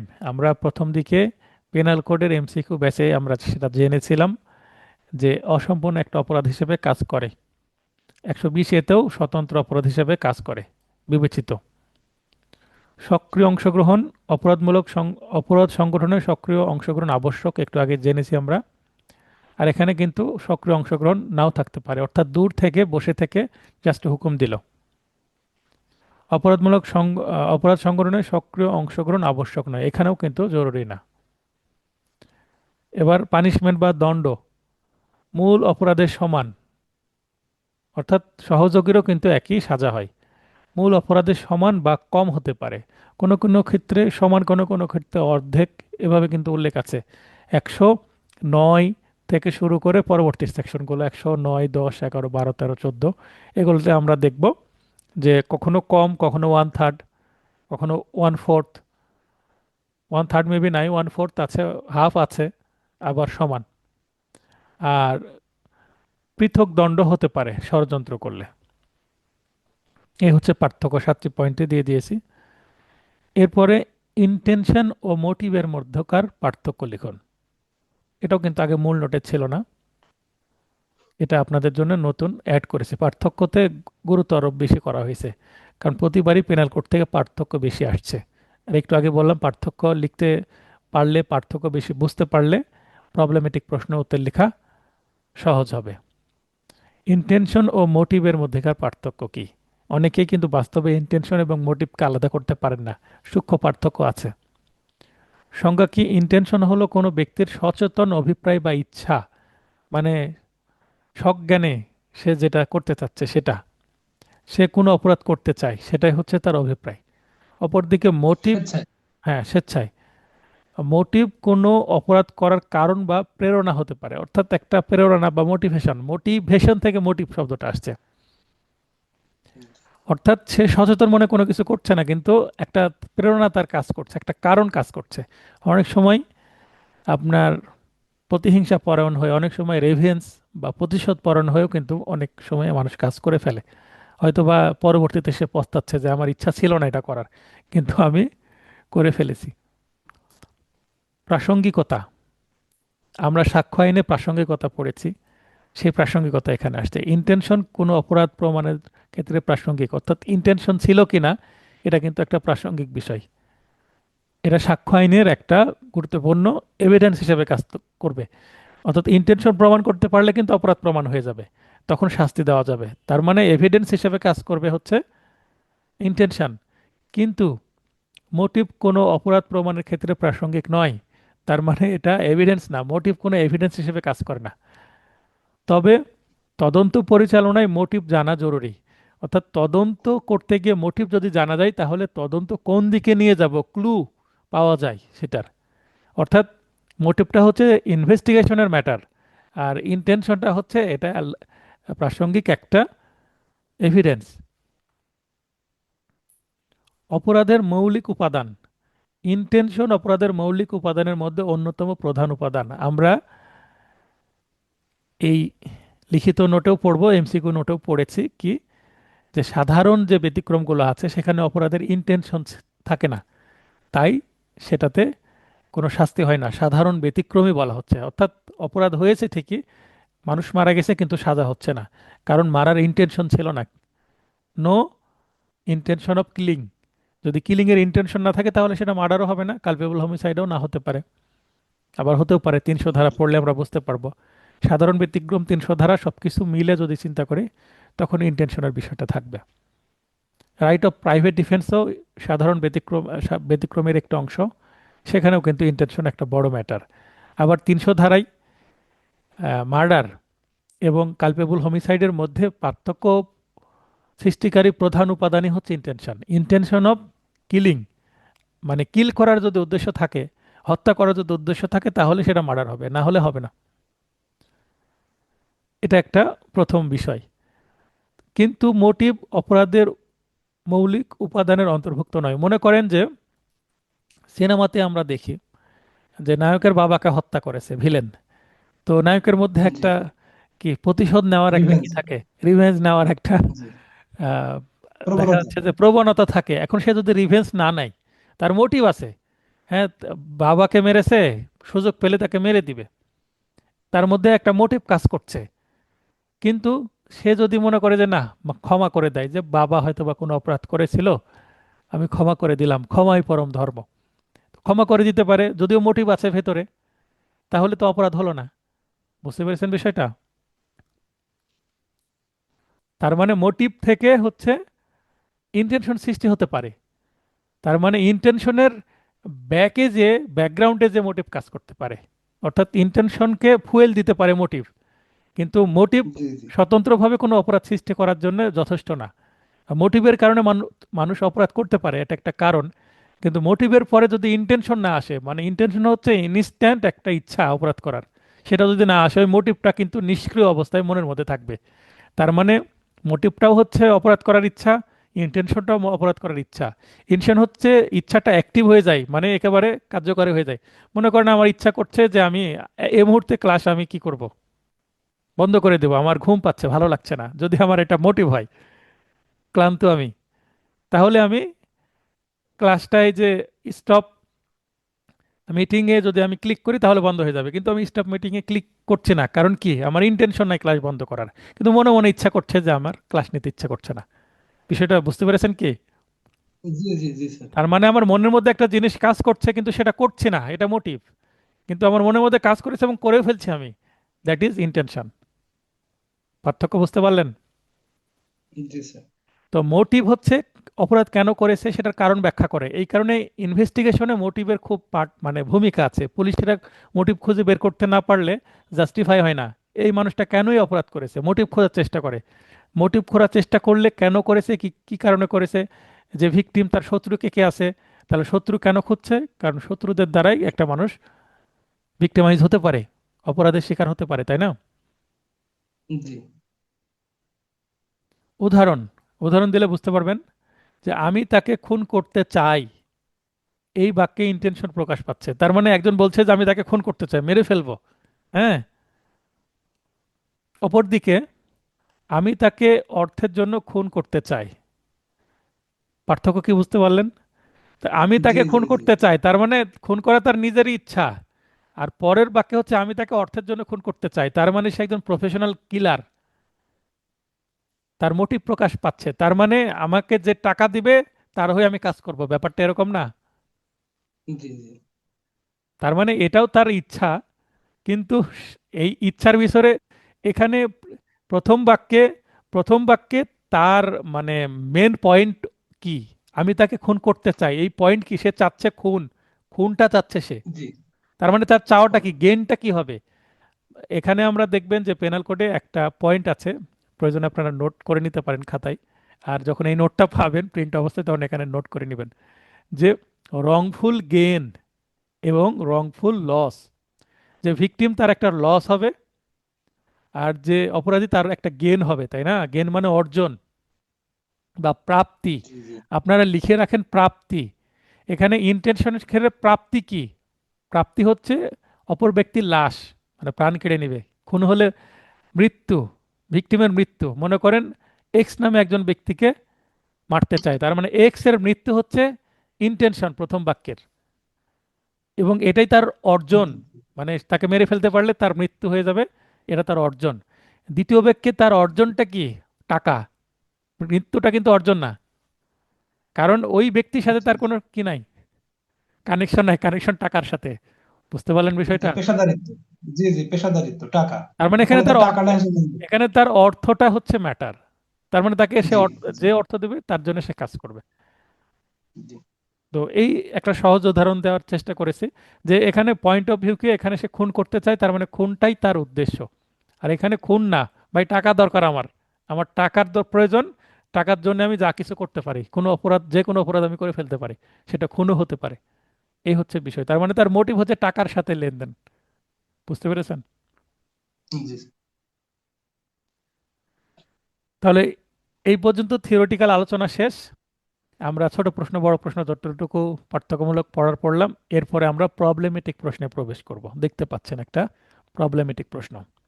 অলরেডি আমি গত ক্লাসে সমস্যা সমাধান বা প্রবলেমেটিক প্রশ্ন সলভ করার 4টি পদ্ধতি শিখিয়েছি, শিখেছি কিনা? জি। হ্যাঁ, তো সেই চারটি পদ্ধতির বিভিন্ন পদ্ধতি প্রয়োগ করে আমি সেটা এখানে করব। আপনার পরীক্ষার হলে কত নম্বরের প্রশ্ন এসেছে এবং সময় কতটুকু আছে সেই বিবেচনায় যেমন অবস্থা তেমন ব্যবস্থায় আপনি অ্যাপ্লাই করবেন। এখানে নোটে আমি মনে করেন একটা প্রশ্নের উত্তর প্রপার ওয়েতে দিয়েছি, প্রপার মেথড বা অ্যাডাপটিভ মেথডে। এখন আপনি হ্যাস্টি মেথডে দিতে বাধ্য হতে পারেন পরীক্ষার হলে গিয়ে। আবার মনে করেন আমার নোটের মধ্যে একটা হ্যাস্টি মেথডে 2 লাইনে আমি একটা উত্তর দিয়ে দিয়েছি, আপনার পরীক্ষার হলে যথেষ্ট সময় আছে, ভাই সেটাকেই 2 লাইনকে আপনি কনভার্ট করে আপনি 4টা পয়েন্টে নিয়ে যে প্রপার মেথডে কনভার্ট করে ফেলেন। এই অ্যাবিলিটি আপনাকে তৈরি করতে হবে এই আমার কোচিংয়ের মাধ্যমে। তাহলে আপনি প্রশ্ন কমন পেলেও ভালো পরীক্ষা দিতে পারবেন, পাশ করতে পারবেন, আর কমন না পেলেও পারবেন। আমার কথার অর্থ বুঝতে পেরেছেন? জি, জি স্যার। আমি চাই দক্ষতা। আপনি এমসিকিউ যে নলেজ অর্জন করতে পেরেছেন, যে আপনি ধরতে পারছেন যে এটার অপরাধ এত ধারায় হয়েছে, তখন আপনি যেন একই প্রশ্নের উত্তর 4টা পদ্ধতিতে লিখতে পারেন। প্রবলেমেটিক প্রশ্নের উত্তর 4 মেথডে যেন লিখতে পারেন, বা আপনি নিজেও 2-1টা মেথড আরও সৃষ্টি করেন। সৃষ্টি করে আমার পরীক্ষায় আপনি ট্রাই করেন যে স্যার আপনার মেথডের বাইরেও আমি এটা ট্রাই করেছি, দেখেন এটা হচ্ছে কিনা, আমি তো খাতা দেখে দিব, ফিডব্যাক দিব। তো সেটা যদি ভালো হয় ভালো নম্বর পাবেন, যদি খারাপ হয় হয়তো বা নম্বর পাবেন না। শেখা তো আপনার হবে, তাই না? জি তো আমরা পড়ছি আইন আদালত বার লিখিত পূর্ণাঙ্গ নোট। এই নোটেই কিন্তু এখন অনেক প্রবলেমেটিক প্রশ্ন চলে আসছে। আগের আমার ব্যাচের ফাইনাল টাচ নোটে অনেক কিছু ছিল, আমি বলেছি ফাইনাল টাচ নোট এবং এই ফাউন্ডেশন নোট একত্রে করে, মূল নোটকে একত্রে করে এই নোটটাকে ডেভেলপ করা হচ্ছে, যেটাকে এনলার্জড এক্সটেন্ডেড এডিশন আমি বলছি। তাহলে আপনাদের হেল্প হবে, আপনি প্রথমেই সব কিছু পেয়ে যাচ্ছেন। তার মানে আপনার এই যাত্রা কতটা কঠিন বা কতটা দূরে সেটা বুঝতে পারবেন, লোড কতটুকু নিতে হবে সেটা আপনি বুঝতে পারবেন নোটটা হাতে পাওয়ার পরে। 6 নম্বর প্রশ্ন, প্রথম টপিকের ক, খ, গ, ঘ এবং ঙ মারাত্মক অস্ত্রসহ চ এর বাসায় প্রবেশ করে। এখানে কয়জন আছে বলেন তো ভাই? ব্যক্তি 5 জন। কয়জন আছে? 5 জন মিলে কোথায় যাচ্ছে? চ এর বাসায়। তাদের কাছে আবার মারাত্মক অস্ত্র আছে। তার মানে তথ্য জি কিন্তু আমরা এখানে অলরেডি 3টা তথ্য পেয়ে গেছি এতটুকুর মধ্যেই। এখানে আসামি 5 জন, তাদের হাতে মারাত্মক অস্ত্র আছে এবং ভিকটিমের নাম হচ্ছে চ। ঠিক আছে? জি জি ক ও খ চ এর হাত চেপে ধরে, ধরে নেন ক ডান হাত, খ বাম হাত চেপে ধরলো ভিকটিমের, এবং স্যার। গ, স্যার, বলেন। স্যার এই যে বাসায় প্রবেশ করে স্যার, এটাও একটা অনধিকার প্রবেশ হয় না স্যার? হ্যাঁ, অনধিকার এটাও প্রবেশ। একটা অনধিকার প্রবেশ করার পরে যদি মূল অপরাধ হয়ে যায়, জি অনধিকার জি জি প্রবেশ জি। করার পরে যদি মূল অপরাধ হয়ে যায় তাহলে অনধিকার প্রবেশ এটা আর অপরাধ থাকে না। আর থাকবে। কি জি জি ঠিক আছে স্যার। কি কারণে? কি কারণে আমি বলি, মনে করেন গাছে উঠেছে, তো অন্যের গাছে ওঠাটা একটা অপরাধ। এখন গাছে উঠে যদি ফল পেড়ে নিয়ে যায়, ঠিক আছে, তাহলে ফল পাড়াটা চুরি, জি তাই না? তাহলে জি জি গাছে গাছে উঠে ফল পেড়েছে, আপনি গাছে ওঠার জন্য মামলা করবেন না ফল পাড়ার জন্য মামলা করবেন? জি জি, মানে ফল পড়া চুরির জন্য। চুরির জন্য করবেন। এখন গাছে উঠেছে কিন্তু ফল পাড়েনি, তাহলে গাছে ওঠার জন্য মামলা করবেন, মানে চুরির প্রচেষ্টা। বুঝতে পারেননি বিষয়টা? জি জি জি জি জি স্যার। মনে করেন একটা অপরাধ করতে গিয়ে তাকে এক জায়গায় প্রবেশ করতে হচ্ছে, যদি অপরাধটা করতে না পারে তখন আমি ওই প্রবেশের জন্য আলাদা মামলা করতে পারবো। এখন প্রবেশ করে যদি ওই ওই অপরাধটা হয়ে যায় তাহলে প্রবেশটা, এটা তখন কি হয়ে যায়? সাবঅর্ডিনেট হয়ে যায়, মানে অপ্রধান একটা বিষয় হয়ে যায়, তখন আর সেটা বিবেচনায় আসে না। কিন্তু প্রবেশ করে কোনো কিছু যদি না করতে পারে, তখন প্রবেশ করাটাই আমাকে মেন একটা অপরাধ হিসাবে দেখতে হবে। এই পয়েন্টটা কিন্তু জি জরুরি। বুঝতে পেরেছেন কি আমার কথা? জি স্যার। তাহলে গ ধারালো অস্ত্র দ্বারা চকে আঘাত করে, তার মানে এখানে 3 জনের নাম আসলো, ক, খ এবং গ। বাকি 2 জন এখনো গ ঘ বসে আছে, কিছু করেনি, শুধু প্রবেশ করেছে। চ ঘটনাস্থলে মারা যায়, কেন? গ এর আঘাতের ফলে। উক্ত মামলায় কে কিভাবে অভিযুক্ত করা যায়? আচ্ছা, এই প্রশ্নটা আসতে পারে, উক্ত মামলায় ঘকে কিভাবে অভিযুক্ত করা যায়, মানে যে 2 জন ব্যক্তি ইনঅ্যাক্টিভ ছিল, কে কে ইনঅ্যাক্টিভ ছিল, জি গ এবং ঘ? জি বা এক্ষেত্রে এই এইভাবে যদি প্রশ্নটা না আসে, অন্যভাবে আসতে পারে কি, এতটুকুর পরিবর্তে উক্ত মামলায় কে কিভাবে অভিযুক্ত করা যায় এটা না লিখে আসতে পারে উক্ত মামলায় ঘকে কিভাবে অভিযুক্ত করা যায়, অথবা উক্ত মামলায় ঘ এবং কে কিভাবে অভিযুক্ত করা যায়। ঠিক আছে? তার মানে একই উত্তর জি হবে। আবার কি আসতে পারে, এই পয়েন্টটা তুলে দিয়ে বলতে পারে উক্ত মামলায় যারা অপরাধে সক্রিয়ভাবে অংশগ্রহণ করেনি তাদেরকে কিভাবে অভিযুক্ত করা যায়। বুঝতে পারছেন কথা? জি জি তার মানে ভাষাগত পরিবর্তন করে একই প্রশ্ন সেট করতে পারে। আবার এখানে ক খ গ ঙ বাদ দিয়ে X Y Z P Q R change করতে পারে বা মানুষের নামও ব্যবহার করতে পারে।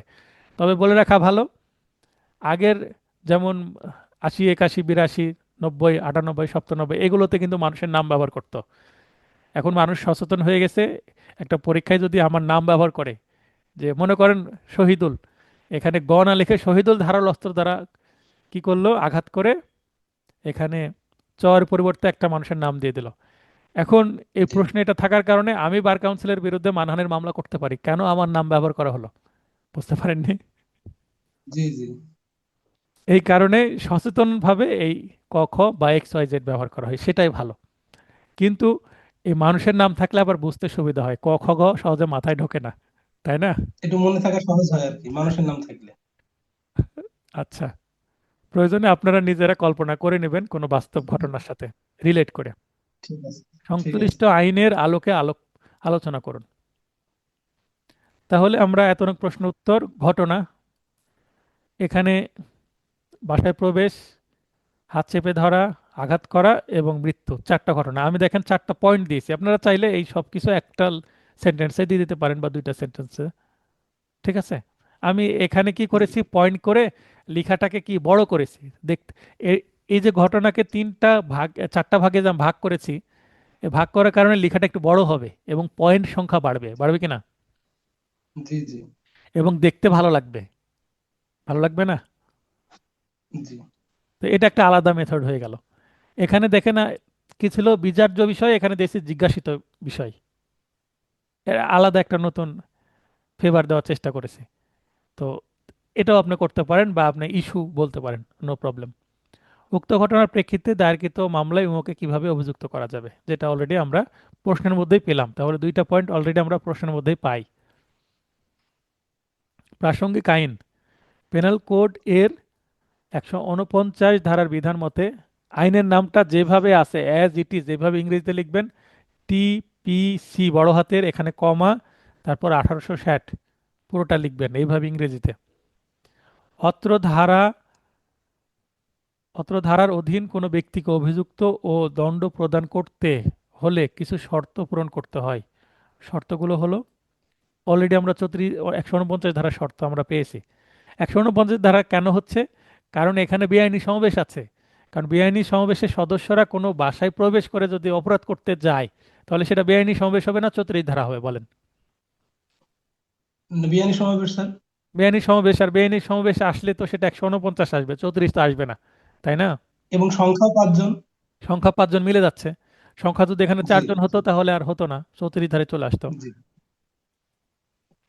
তাহলে তিনি অবশ্যই কোনো না কোনো বেআইনি সমাবেশের সদস্য হবেন এবং উপস্থিত থাকবেন, সবাই উপস্থিত আছে। উক্ত বেআইনি সমাবেশে যে উদ্দেশ্যে সংগঠিত হবে তা তিনি পূর্ব থেকে জানেন। মনে করেন যে এখানে কিন্তু উল্লেখ করা নাই যে ঘ এবং জানে কিনা। এখানে ক এবং খ চেপে ধরলো, চ গ আহ, চকে গ আঘাত করে মেরে ফেললো। এখন এটা কিন্তু যদি বাকি 4 জন বলে যে গ যে তাকে মেরে ফেলবে, এটা তো আমরা বুঝতে পারিনি, আমরা গেছি তার সাথে, আমাদের ডেকে নিয়ে গেছে, এটা বললে কিন্তু কোর্ট বিশ্বাস করবে না। করবে কি? জি জি না করবে এটা না। সহজে বিশ্বাস করবে না। এটা স্ট্যান্ড করাটা টাফ। ডিফেন্স লয়ার খুব তোখড় হলে, প্রসিকিউশন যদি দুর্বল হয়, তাহলে ক খ এবং ঘ ও বাঁচতে পারে এবং শুধু গ এর উপরে দোষ চাপতে পারে, যে আমরা জানতামই না, এবং তার পকেটে যে চাকু আছে সেটাও আমরা জানতাম না। তার বাসায় গিয়েছি চয়ের সাথে কথা বলতে, চয়ের সাথে কথা বলতে গেছি, হঠাৎ উত্তেজিত হয়ে গেছে, আমরা দুজন তার হাত ধরেছি, হয়তোবা চড় মারবে ভেবেছিলাম কিন্তু চাকু বের করে মেরে দিয়েছে। এটা হবে হয়তোবা অন্যদের বক্তব্য, নিজেদের নির্দোষ প্রমাণের জন্য, তাই বা না? বা বা ডিফেন্স লয়ারের দক্ষতা। হ্যাঁ, এটা কিন্তু স্ট্যান্ড হবে ডিফেন্সের, কিন্তু এটা জি আলটিমেটলি টিকবে না প্রসিকিউশন যদি সঠিক হয়। কি কারণে? কারণ আপনারা একসঙ্গে যাচ্ছেন, সেখানে কি করতে সেটা সবারই জানা কিন্তু স্বাভাবিক। তার মানে প্রসিকিউশন ধরে নিবে যে সবাই অপরাধী, তাই না? জি জি মানে জেনারেলি তারা অপরাধ সংগঠনের জন্যই গেছে এটাই ধরে নেবে। হ্যাঁ, এবং তাকে মার্ডার করতেই গেছে। বা মার্ডার জি করতে জি যাক আর না যাক, গুরুতর জখম করতে গেছে, যেহেতু মারাত্মক অস্ত্র আছে, তো গুরুতর জি গুরুতর জখম করলে মানুষ মারা যেতে পারে, এটা তো কমন সেন্সের বিষয়। জি এখন সিদ্ধান্ত, আলোচ্য প্রশ্নের তথ্যসমূহ ও পেনাল কোডের 149 ধারার বিধান মতে জানা যায় যে ক, খ, গ, ঘ এবং ও সহ মোট 5 জন, এই যে 5 জন আমি এখানে উল্লেখ করে দিলাম ক্ল্যারিফাই এর জন্য, জি ব্যক্তি বেআইনি সমাবেশের সদস্য হিসাবে উক্ত বেআইনি সমাবেশের সাধারণ উদ্দেশ্য চকে হত্যার উদ্দেশ্যে, তাহলে সাধারণ উদ্দেশ্য কি চকে হত্যা, এটা আমি কিন্তু এখানে উদ্দেশ্য করে দিলাম, মানে লিখে দিলাম, ক্ল্যারিফাই করে দিচ্ছি, পরিষ্কার করে দিচ্ছি, মারাত্মক অস্ত্রসহ চয়ের বাসায় প্রবেশ করে। তাহলে দেখেন আমি প্রশ্ন থেকে নেওয়া তথ্যের মধ্যে কিছু ইনপুট করলাম, কি ইনপুট? বেআইনি সমাবেশ 5 জন, সাধারণ উদ্দেশ্য চকে হত্যার উদ্দেশ্য, এই কথাগুলো যুক্ত করলাম না? জি তার মানে এটা হচ্ছে ক্রিয়েটিভিটি। এখন আপনি এই ল্যাঙ্গুয়েজে দিন না আপনার নিজের ভাষায় দেন, সেটা আপনার বিষয়, কিন্তু এই কথাগুলো থাকতে হবে এবং 149 ধারা অন্তত থাকতে হবে। ঘটনাস্থলে ক ও খ চকে চয়ের হাত চেপে ধরে এবং গ ধারালো অস্ত্র দ্বারা চকে আঘাত করে খুন করে। এক্ষেত্রে পেনাল কোডের 302 ধারায় খুনের অপরাধ সংঘটিত হয়েছে, তাহলে মূল অপরাধ 302ও কিন্তু বলতে হবে। উক্ত ঘটনায় যদিও ঘ এবং ও এর খুনে সক্রিয় অংশগ্রহণ নেই, এখানে ঘ এর কথা দিতেও পারে না দিতেও পারে, দিলে ভালো হলো। তবুও তাদের সবাইকে সাধারণ উদ্দেশ্যে বাস্তবায়ন করার জন্য বেআইনি সমাবেশের সদস্য হিসাবে পেনাল কোডের 302 এবং 149 ধারায় অভিযুক্ত করা যাবে। তার মানে মামলা হবে কত ধারায়? 302 এবং 149। 302 ওই 149। বাসায় প্রবেশের ধারা এখন না দিলেও হবে, কারণ কোথায় চুরি আর কোথায় জি বাসায় প্রবেশ। বাসায় প্রবেশ করলে 1 মাসের সাজা, তাহলে মৃত্যুদণ্ড নেবে না 1 মাসের সাজা দিবে। তার মানে এটা একটা ছোট বিষয়, মৃত্যুর কাছে, এই খুনের কাছে এই অপরাধটা খুবই গণ্য হয়ে যায়। আর খুন করার জন্যই তো প্রবেশ করেছে, তাই না? জি জি স্যার, বুঝতে পেরেছি স্যার। তাহলে এতটুকু যে আমি বললাম, এটা হচ্ছে সিদ্ধান্ত, কিন্তু এখনো মূল উত্তরে আসেনি। মূল আমাদের প্রশ্ন কি ছিল? ওকে কিভাবে অভিযুক্ত করা যাবে, এবার ওকে কিভাবে অভিযুক্ত করা যাবে সেটার উত্তর আছে লাস্টে। সুতরাং বলা যায় যে উক্ত ঘটনার প্রেক্ষিতে দায়েরকৃত মামলায় ওকে পেনাল কোডের 302 ও 149 ধারায় অভিযুক্ত করে বিচার করা যাবে। তার মানে এর জন্যও 302 বর্তাবে। অপরাধ করলো গ, সবার উপরে এটা জয়েন্ট লাইবিলিটি চলে আসলো। আমরা টপিক পড়ছি কি? Joint liability. বুঝতে পারছেন বিষয়টা? জি স্যার। এখন মনে করেন শেষে 1 মিনিট সময় আছে আর আপনার প্রশ্ন শেষের দিকে আছে, চোখে পড়েনি। তো পরে যদি লিখতে জানি যে শেষের একটা সেন্টেন্সও যদি লিখেন, তাও আপনি 5-এর মধ্যে 2 পাবেন, এই জাস্ট লাস্টের 1 লাইনের জন্য। আচ্ছা বুঝতে পারলেন? লাস্টের 1 লাইনে কিন্তু মূল উত্তর। আর আরেকটা বিষয় আপনাদেরকে বলি, মনে করেন একটা নাটক দেখছেন বা একটা সিনেমা দেখছেন, সিনেমার শুরুতেই যদি ক্লাইম্যাক্স দেখিয়ে দেয়, মনে করেন মানে ক্লাইম্যাক্স মানে শেষ দৃশ্য, শেষ দৃশ্যে কি হয়? কোনো হ্যাপি এন্ডিং হয়, না হলে কোনো অসমাপ্ত ঘটনা দেখায়, বা কোনো জি স্যাড এন্ডিং হয়, তাই না? তো শেষ অংশটুকু যদি জি প্রথমেই সূচনাতে দেখিয়ে দেওয়া হয়, মানে উপসংহার যদি আমি প্রথমেই লিখে ফেলি, তাহলে সেই সিনেমাটার কি আকর্ষণ থাকবে? কোনো টুইস্ট থাকবে? না না, মজাই থাকে না স্যার। জি মজাই স্যার। থাকে না। তো আমার প্রশ্নের উত্তর দেখবেন সবসময় শেষে। কিছু কিছু প্রশ্নে বলবে যে এটা হ্যাঁ বা না, তখন আমি হ্যাঁ বা নাও কিন্তু শেষে উত্তর দিব। আমি প্রথমে এভাবে বর্ণনা নিয়ে আসবো এবং প্রাসঙ্গিক আইন আমি দিব। 149 ধারা কেন আলোচনা করছি? আমার উত্তরকে জাস্টিফাই করার জন্য, আমার উত্তরকে যৌক্তিক করার জন্য আমি 149 ধারাটা আলোচনা করছি। আপনি যদি হ্যাস্টি ওয়েতে লিখেন, জাস্ট শেষের সিদ্ধান্ত এই পয়েন্টটা দিলেই হয়ে যাবে, তাও আপনি 5-এ 4 পেতে পারেন। কিন্তু সময় থাকলে আচ্ছা। রিস্ক নিব না আমি, যেহেতু প্রপার ওয়েতে লেখা শিখাচ্ছি। প্রপার ওয়েতে লিখবেন অথবা অ্যাডাপটিভ ওয়েতে লিখবেন, সবচেয়ে বেস্ট হবে। ঠিক আছে? জি। এরপরে একটু দ্রুত আগাবো, হ্যাঁ। এরপরে আপনারা আচ্ছা স্যার। সবাই একটু অ্যাক্টিভ থাকবেন, 23 জন ক্লাস করছেন। এবার আপনারা কত ধারায় এটা যাবে এটা আপনারা ধরার চেষ্টা করবেন। জনৈক রশিদকে খুন করা হয়, তার মানে ভিকটিমের নাম রশিদ। তদন্তকালে প্রকাশ পায় যে হত্যা সংগঠনের জন্য 3 ভাই কলিম, রহিম ও সগির, তাহলে আসামিদের নাম কলিম, রহিম ও সগির, ষড়যন্ত্র করেছিল। এটা পুরাতন প্রশ্ন, তাই এই ধরনের মানুষের নাম আছে। গভীর রাতে কলিম রশিদের কুঁড়ে ঘরে প্রবেশ করে এবং 2 ভাই দরজায় পাহারায় থাকে। একটু আগে পাহারার কথা বলছিলাম না? 1 ভাই ঢুকলো, জি 2 ভাই বাইরে থাকলো। কলিম ছুরিকাঘাতে রশিদকে হত্যা করে। এই ঘটনায় আসামিদেরকে কোন আইনের কোন ধারায় অভিযুক্ত করা যাবে? তাহলে এখানে একটা অপরাধ হয়েছে এবং দায়ের জন্য আরেকটা সেকশন আসবে। আপনি বলেন, কে বলতে পারবেন? হাত উত্তোলন করেন। দেখবেন যারা নতুন স্টুডেন্ট, আপনাদের মোবাইল ফোনের নিচে কি আছে? রিয়াকশন বাটন আছে। রিয়াকশনের মধ্যে প্রবেশ করলে তার মধ্যে পাবেন রেজ হ্যান্ড। রেজ হ্যান্ডে গেলে আপনি বুঝতে পারবেন যে সেখানে হাত তোলার অপশন আছে।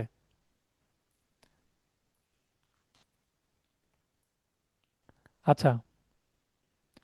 জি স্যার। আচ্ছা, রাজীব ভাই বলেন দেখি।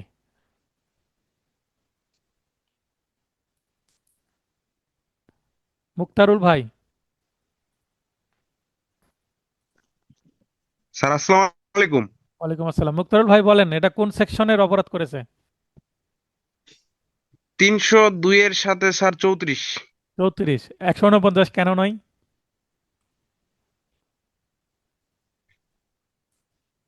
149 কেন হলো না, এটা ব্যাখ্যা করেন। সাধারণ উদ্দেশ্য। কামরুজ্জামান ভাই বলেন যে উনি ঠিক বলেন কিনা। আচ্ছা, তার আগে কামরুজ্জামান ভাই বলবেন না, স্যার দাঁড়ান। কামরুজ্জামান ভাই একটু দাঁড়ান। আচ্ছা আর তানিয়া আপু আচ্ছা। বলেন, তানিয়া আপু বলেন।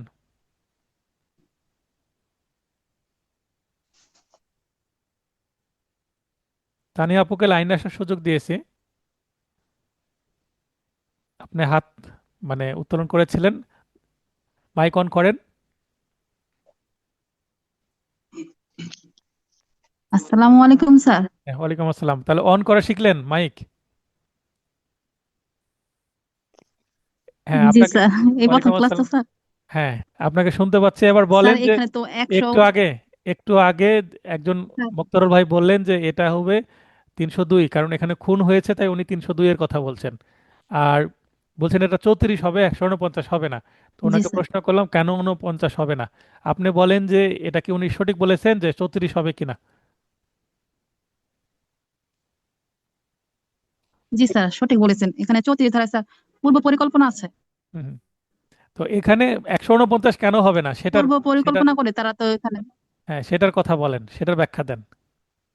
স্যার এখানে তো পরিকল্পনা নেই, মানে পরিকল্পনা পরিকল্পনা নাই 149 ধারা, আর 34 ধারা পরিকল্পনা আছে, পূর্ব পরিকল্পনা, এই জন্য মনে হয়। ষড়যন্ত্র করেছিল কথাটা লেখা আছে, তা ষড়যন্ত্র মানে পূর্ব পরিকল্পনার মতো হয়নি বিষয়টি, তাই স্যার। না? তা এখানে আরো একটা কারণ আছে। জি জি কামরুজ্জামান স্যার, ভাই আমি একটু এটাই যুক্ত বলতে করেন। চাচ্ছিলাম। তানিয়া আপু কিছুটা সঠিক বলেছেন, আরো একটু যুক্ত করা যায়, সেটা বলেন। আচ্ছা স্যার, সেটা হলো স্যার, আহ, যদি এখানে আপনার 149 আসতো স্যার, তাহলে তো অবশ্যই 5 জন হওয়া লাগতো মিনিমাম বেআইনি 5 জন হতে হতো। সমাবেশের জন্য। যেহেতু জি 5 জন না, জি জি জি, 5 জন। 5 জন 5 জন না। যেহেতু না, 3 ভাই, সুতরাং 34 আসবে স্যার। তাহলে একটু আগে যে আমরা 6 নম্বর প্রশ্ন পড়লাম, কাহিনী কিন্তু মোটামুটি একই, তাই না? জি জি জি। কিন্তু দেখেন পার্থক্য চলে আসছে। তাহলে মামলা এটা কিন্তু 149-এ মেবি হবে না। আচ্ছা, আতিকুর রহমান সাহেব বলেন। আসসালামু আলাইকুম স্যার। হ্যাঁ, ওয়ালাইকুম আসসালাম, বলেন। স্যার এটা 34 হবে শুধুমাত্র এই কারণেই যে এখানে স্যার তারা লোক সংখ্যা 5-এর কম। কম। আমার মনে হয় এই কারণেই এটা 34 ধারে আসবে। এটা একটা কারণ। এবং দেখেন যে তিনজনেরই অ্যাক্টিভ পার্ট প্লে আছে। দুইজন দরজায় দাঁড়িয়ে থাকলো, দুইজন দরজায় দাঁড়িয়ে থাকলে তো তাদেরকে কাজ করতে হচ্ছে, পাহারা দেওয়া কিন্তু একটা কাজ, তাই না? জি জি জি, অংশগ্রহণ, সক্রিয় অংশগ্রহণ। অংশগ্রহণ। যারা সিকিউরিটি গার্ড তারা কিন্তু সারাদিন বিল্ডিং এর সামনে দাঁড়াই থাকে, ওই দাঁড়াই থাকার কারণেই কিন্তু তারা কিন্তু বেতন পায়, পায় না? জি জি জি, এটাই তো কাজ। তো পাহারা দেওয়া কিন্তু কাজের সামিল। সেটা যে কাজ না তা নয়, সেটা অ্যাক্টিভ কাজ। পাহারা দেওয়া কিন্তু অনেক কষ্টকর, কষ্টকর না? জি জি জি। জি। মানে সজাগ থাকতে হবে, সতর্ক থাকতে হবে। তাহলে ঘটনাটা প্রশ্নের মধ্যে আছে, বিচার্য বিষয়টাও প্রশ্নের মধ্যে আছে। অভিযুক্ত কিভাবে করা যাবে, কোন ধারায়? দেখেন এখানে 34-এর কথা আসছে। তাহলে আর প্রাসঙ্গিক স্যার, আইনে আর 34টা যেহেতু আমরা স্যার বলেন। আর যেহেতু স্যার এখানে সর্বোচ্চ অপরাধ ঘটে গেছে খুন, সুতরাং এখানে আর আপনার ষড়যন্ত্রের ধারা আসবেই না। না, সেটা আসবে না। জি ষড়যন্ত্র বলতে এখানে প্ল্যানিংকে বোঝাচ্ছে, যদিও জি জি জি, ষড়যন্ত্র বুঝতেছি নামটা স্যার, আছে। কিন্তু হ্যাঁ, জি ষড়যন্ত্র জি, বলতে প্ল্যানিংকে এখানে বোঝাচ্ছে। এখানে পরিকল্পনা বোঝাচ্ছে। জি স্যার। এটা যেহেতু পুরাতন প্রশ্ন, হ্যাঁ, প্রশ্নের মধ্যে ষড়যন্ত্র শব্দটা না থাকে, পরিকল্পনা শব্দটা যদি থাকতো তাহলে এটা সঠিক জি হতো। জি প্রশ্নের মধ্যে একটু ভুল আছে, পুরাতন প্রশ্ন তো এই ধরনের ভুল ভ্রান্তি ছিল আগের প্রশ্নে। এরপরে দেখেন সিদ্ধান্ততে আমরা কিন্তু 34 ধারার বক্তব্য নিয়ে আসছি। কি কারণে? এখানে প্রদত্ত আলোচ্য প্রশ্নের তথ্য সমূহ, প্রশ্নের তথ্য প্লাস 34 ধারা, বিধান মতে জানা যায় যে জনক রশিদকে এরপরে আমি যে কথাগুলো লিখবো, হ্যাঁ, সেটা গ্রিন দিয়ে লিখি। জনক রশিদকে খুন করার সাধারণ অভিপ্রায়ে তিন, অভিপ্রায় বলছি, উদ্দেশ্য বলছি না, জি সাধারণ বা জি অভিন্ন জি একই কথা, তিন ভাই কলিম, তাহলে সাধারণ অভিপ্রায় শব্দটা আমি যুক্ত করে দিলাম, কলিম, রহিম ও সগীর ষড়যন্ত্র করেছিল বা পরিকল্পনা করেছিল লিখলেও হবে। উক্ত সাধারণ অভিপ্রায় বা অভিন্ন অভিপ্রায় বা কমন ইন্টেনশন ইংরেজিতেও লিখে দিতে পারি, নো প্রবলেম, বাস্তবায়ন কল্পে বা মানে বাস্তবে রূপদান করার জন্যে বা কাজে লাগানোর জন্য বা পরিকল্পনা অনুযায়ী কাজ করার জন্য, ষড়যন্ত্র বা পূর্ব পরিকল্পনা মোতাবেক। তার পূর্ব পরিকল্পনা কিন্তু আমি ইনডিরেক্টলি নিয়ে আসলাম। গভীর রাতে জি ঘটনার সময় কলিম রশিদের কুঁড়ে ঘরে প্রবেশ করে। অপর দুই ভাই দরজায় পাহারা থাকে, তাহলে পাহারা থাকে বলেই কিন্তু তারা 34 ধারায় একটি পার্ট প্লে চলে আসলো, জি এটাও আমি নিয়ে আসলাম। এবং কলিম ছুরিকাঘাতে রশিদকে হত্যা করে। তাহলে এখানে 302 আসছে খুনের জন্য, খুনের অপরাধ হয়েছে। এবং রহিম ও সগীরের খুনে সক্রিয় অংশগ্রহণ নেই যদিও, হ্যাঁ, এখানে লিখছে যদিও, তবুও সাধারণ অভিপ্রায় বাস্তবায়ন কল্পে ষড়যন্ত্র বা পূর্ব পরিকল্পনা মোতাবেক খুনের কাজে শুধুমাত্র অংশগ্রহণ করার জন্য রহিম ও সগীর সহ তিন ভাইয়ের বিরুদ্ধে পেনাল কোডের 302 এবং 34 ধারায় অভিযোগ করে বিচার করা যাবে। তার মানে মামলা হবে কত ধারায় যদি প্রশ্ন করে, তাও 302 34। তাহলে 302 34 কখন হয় আর 149 কখন হয়, এটা তো মোটামুটি ক্লিয়ার হয়ে গেলেন, তাই না? জি জি জি স্যার, জি স্যার। এখানে আরো কিছু প্রশ্ন আছে, আমরা অগ্রসর হতে থাকবো। আর 5 মিনিট ক্লাস হবে, 5 মিনিটে যতটুকু বোঝানো যায়, তারপরে যতটুকু বাকি থাকবে আপনারা নোট থেকে পড়ে নেবেন। জনয়েক কালু মিয়া নিহত হয়। পুলিশ তদন্তকালে দেখে যে তার প্রতিবেশী ধলু মিয়ার সাথে তার জমি জমা সংক্রান্ত বিরোধ ছিল। তার মানে এখানে ভিকটিম কালু মিয়া। ঘটনার পূর্বে জি রাত্রে স্থানীয় বাজারের একটি মুদির দোকানে ধলু মিয়া, শামসুদ্দিন ও মকবুলকে বসিয়া থাকতে দেখা গিয়েছে। তার মানে ভিকটিমের নাম কিন্তু এবার কয়জন হয়ে গেল? 3জন, সরি, অপরাধীর নাম 3জন হয়ে গেল, তাই চারজন, না? জি পুলিশ আরও দেখে ধলু মিয়ার অভিভাবক একজন গ্রাম্য মাতব্বর, সে কালু মিয়াকে দুনিয়া থেকে সরাইয়া দেওয়ার জন্য ধলু মিয়াকে উপদেশ দেয়। তার মানে অ্যাবেটমেন্টের মতন কাজ করছে দূর থেকে জি জি মাতব্বর। পরের দিন ধলু মিয়া, শামসুদ্দিন ও মকবুল তাদের সহযোগিতার জন্য হাশেম ও মতিনকে ভাড়া করে এবং কালু মিয়া যখন জমি চাষ করছিল সেই সময় তারা অস্ত্র সজ্জিত হয়ে বিরোধীয় জমিতে যায়। আচ্ছা, কয়জন গেল মাঠে বলেন? 5 জন স্যার। 5 জন গেল। তার নাম লক্ষ্য করে, এখানে সংখ্যাটা কিন্তু গুরুত্বপূর্ণ। জি তখন ধলু মিয়ার নির্দেশে শামসুদ্দিন ও মকবুল কালু মিয়াকে মাটিতে ফেলিয়া দেয় এবং শামসুদ্দিন তার দেহে টেটার আঘাত করে করে ফলে সে মারা যায়। আর টেটা বলতে একটা ধারালো অস্ত্র বোঝাচ্ছে, তাই না? অত জি বল্লম জি ফালা টাইপের, এটা পুরাতন প্রশ্ন, তাই জি এই ধরনের ল্যাঙ্গুয়েজ। তো এখানে টেটা আমি নিজেও জানি না কি জিনিস, তবে ধরে নিচ্ছি টেটা হয়তো বল্লম বা ফলা টাইপের কোনো কিছু হবে। এটা পুরাতন যুগে কিন্তু একটা বহুল ব্যবহৃত অস্ত্র। স্যার, এখনো আছে ব্রাহ্মণবাড়িয়ায় স্যার। টেটা চিনেন আপনি? হ্যাঁ, ওই যে ব্রাহ্মণবাড়িয়ায় দেখা যায় স্যার, ওই যে সামনে একটা ঢাল মতো ধরে আর হাত দিয়ে মারে, বল্লম টাইপের স্যার। বললাম মানে সামনে থাকে মেটাল ধারালো আর পেছনে থাকে বাঁশের জি লাঠি, জি তাই তো? জি জি জি জি এটাকে ফলা টাইপের বলে, তাই না? জি জি কোন এলাকায় টোটাও বলে, কোন কোন হ্যাঁ, এলাকায় টোটাও বলে স্যার, টোটা। হ্যাঁ, আতিকুর রহমান সাহেব বলেন। স্যার, টেটাটা হচ্ছে একটা মানে একটা অস্ত্র, সেই যে অস্ত্রটায় দুইটা বা তিনটা নাল থাকে। ওই নালের মাথায় আবার একটা একটা গালা থাকে, যেটা ঢোকা যায় কিন্তু বের হওয়ার সময় বাজে থাকে। বিশেষ করে যে মাছ ধরে না, বড়শির ওই মতন, জাতীয় আর কি। বড়শির মতন।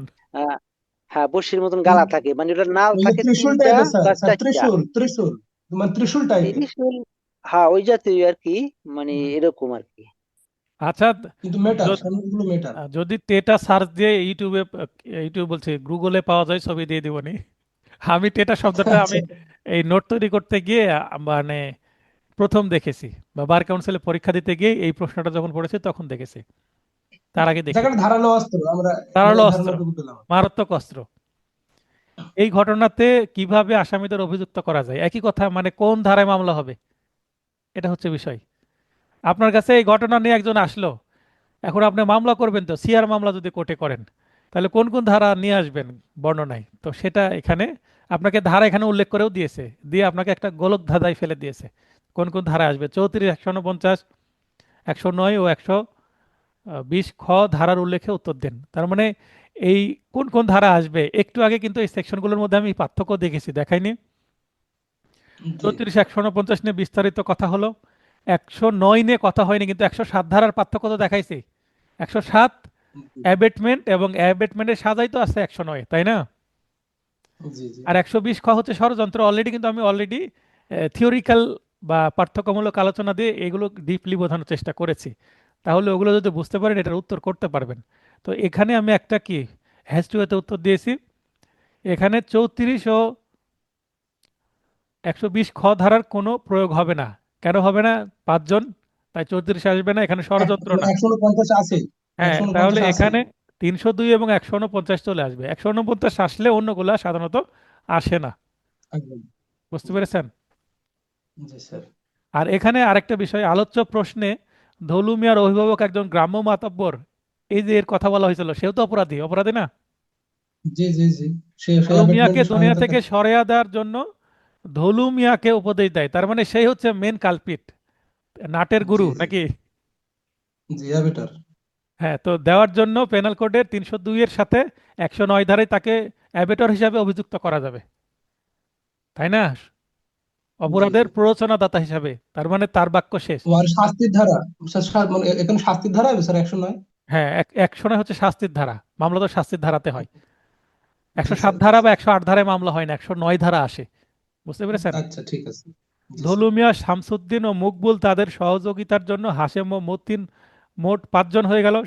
তাহলে সাধারণ উদ্দেশ্য বা জি, কমন অবজেক্ট সৃষ্টি হলো, বেআইনি সমাবেশ হলো, সদস্য হলো। এবার তাদের জন্য 302 এবং 149 ধারা। 149 ধারা। তাহলে আমরা 109 আসবে, 302 আসবে, 149 আসবে, 34 এবং 100 খ আসবে না। আমরা আলোচনা করছি প্রবলেমেটিক প্রশ্ন, 8 নম্বর প্রশ্ন। তো এখানে আমরা দেখলাম যে 34 এবং 120 খ মানে এখানে প্রয়োগ হবে না। একজনের জন্য 302 এর সাথে 109, এবং অপর ব্যক্তিদের জন্য 302 এর সাথে 149। 149 আসার কারণে 34 এবং 120 খ আসবে না।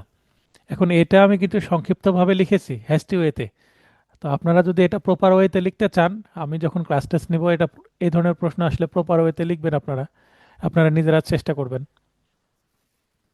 কারণ সব কিছু যদি আমি লিখে দিই তাহলে আপনাদের ক্রিয়েটিভিটি নষ্ট হয়ে যাবে। আপনারা দুই কলম যে বানিয়ে লিখবেন সেটা কিন্তু খুব জরুরি, কারণ নিজের ভাষায় লিখতে পারলে সবচেয়ে ভালো। তাহলে আর মুখস্থ করার একটা প্রেশার থাকে না। আর আমার ভাষায় যদি লিখতে চান তাহলে মুখস্থ করতে হবে আপনাকে লাইন বাই লাইন। ওমর ভাই, বুঝতে পারছেন? জি স্যার। তো যেটা আমি বলছি যে নিজে যদি বানিয়ে লিখতে পারেন পড়াটা বুঝতে পেরে, তাহলে কিন্তু মুখস্থ করা লাগবে না, কারণ আপনি তো বানিয়ে লিখতে পারেন, একটা কনফিডেন্ট থাকবে। আর যদি বানিয়ে না লেখার চেষ্টা করেন তাহলে সব কিছু আপনাকে মুখস্থ লিখতে হবে, যেটা কিন্তু একটা অনেক চাপের সৃষ্টি করবে। মুখস্থ করার জায়গাটা আপনাকে বৃদ্ধি করতে হবে তখন। ঠিক আছে না জি কথা? স্যার। জি স্যার। আচ্ছা, এরপরে আরো একটি প্রবলেমেটিক প্রশ্ন। আমার আগের মূল নোটে কিন্তু এত প্রবলেমেটিক প্রশ্ন থাকতো না, দু একটা থাকতো। আমি এখন প্রবলেমেটিক প্রশ্ন, পার্থক্যমূলক প্রশ্ন কিন্তু সংখ্যা বৃদ্ধি করে ফেলেছি।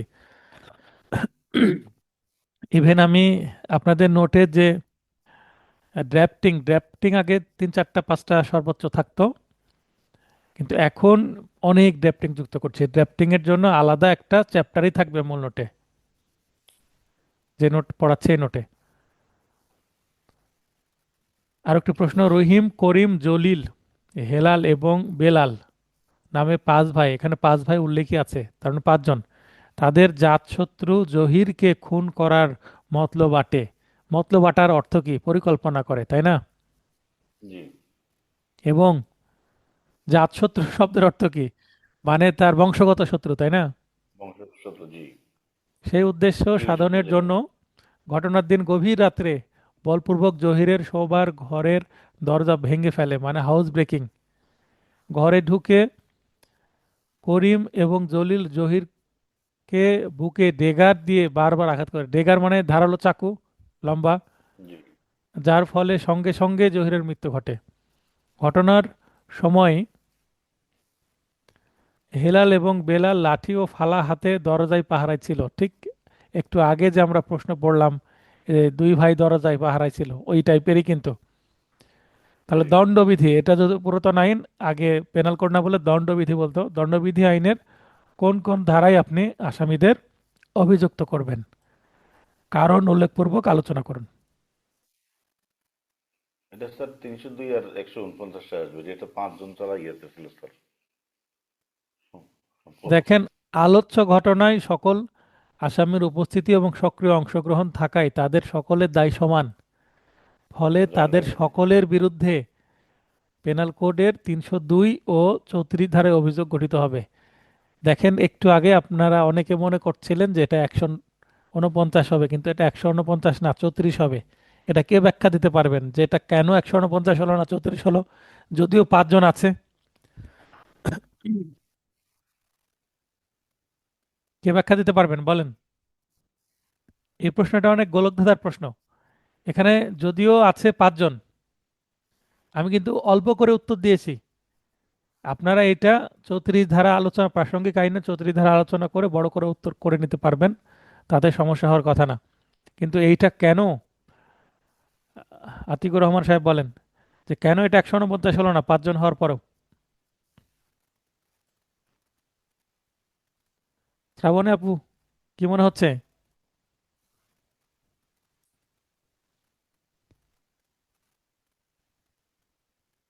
না স্যার, একটু ব্যাখ্যা করতে হবে স্যার। ব্যাখ্যা আসসালামু আলাইকুম স্যার। ওয়ালাইকুম আসসালাম, বলেন, একটু ব্যাখ্যা করেন যে এটা হুম, হয়তোবা পড়ার সময় মনে হচ্ছিল এটা 149 হবে। 5 জন, প্রথম এখানে 5 জন কিন্তু সংখ্যা দিয়েই দিয়েছে, 5 জন জি দিয়ে স্যার, দিয়ে আপনাদের কিন্তু কনফিউজ করেছে, তাই না? কনফিউজ করেছে যে স্যার কিন্তু এরা এখানে পাঁচ কেন ভাই 34 হবে মতলব আসছে, হ্যাঁ, এরা পাঁচ ভাই খুন করার জন্য মানে একটা মতলব আসছে, কিন্তু কাজটা সংগঠন ঘটাইছিল জহির আর করিম। করিম আর জহির কাজটা ঘটাইছে। আর আর দুইজন পাহারায় ছিল লাঠি হাতে দরজায়, তাই দুইজন আর দুইজন 4 জন। এখানে তো সংখ্যায় 5-এর থেকে একজন কম আছে, তাই এটা 34 দ্বারা চলে আসবে। সংখ্যাগত দিক দিয়ে স্যার 5-এর নিচে আছে।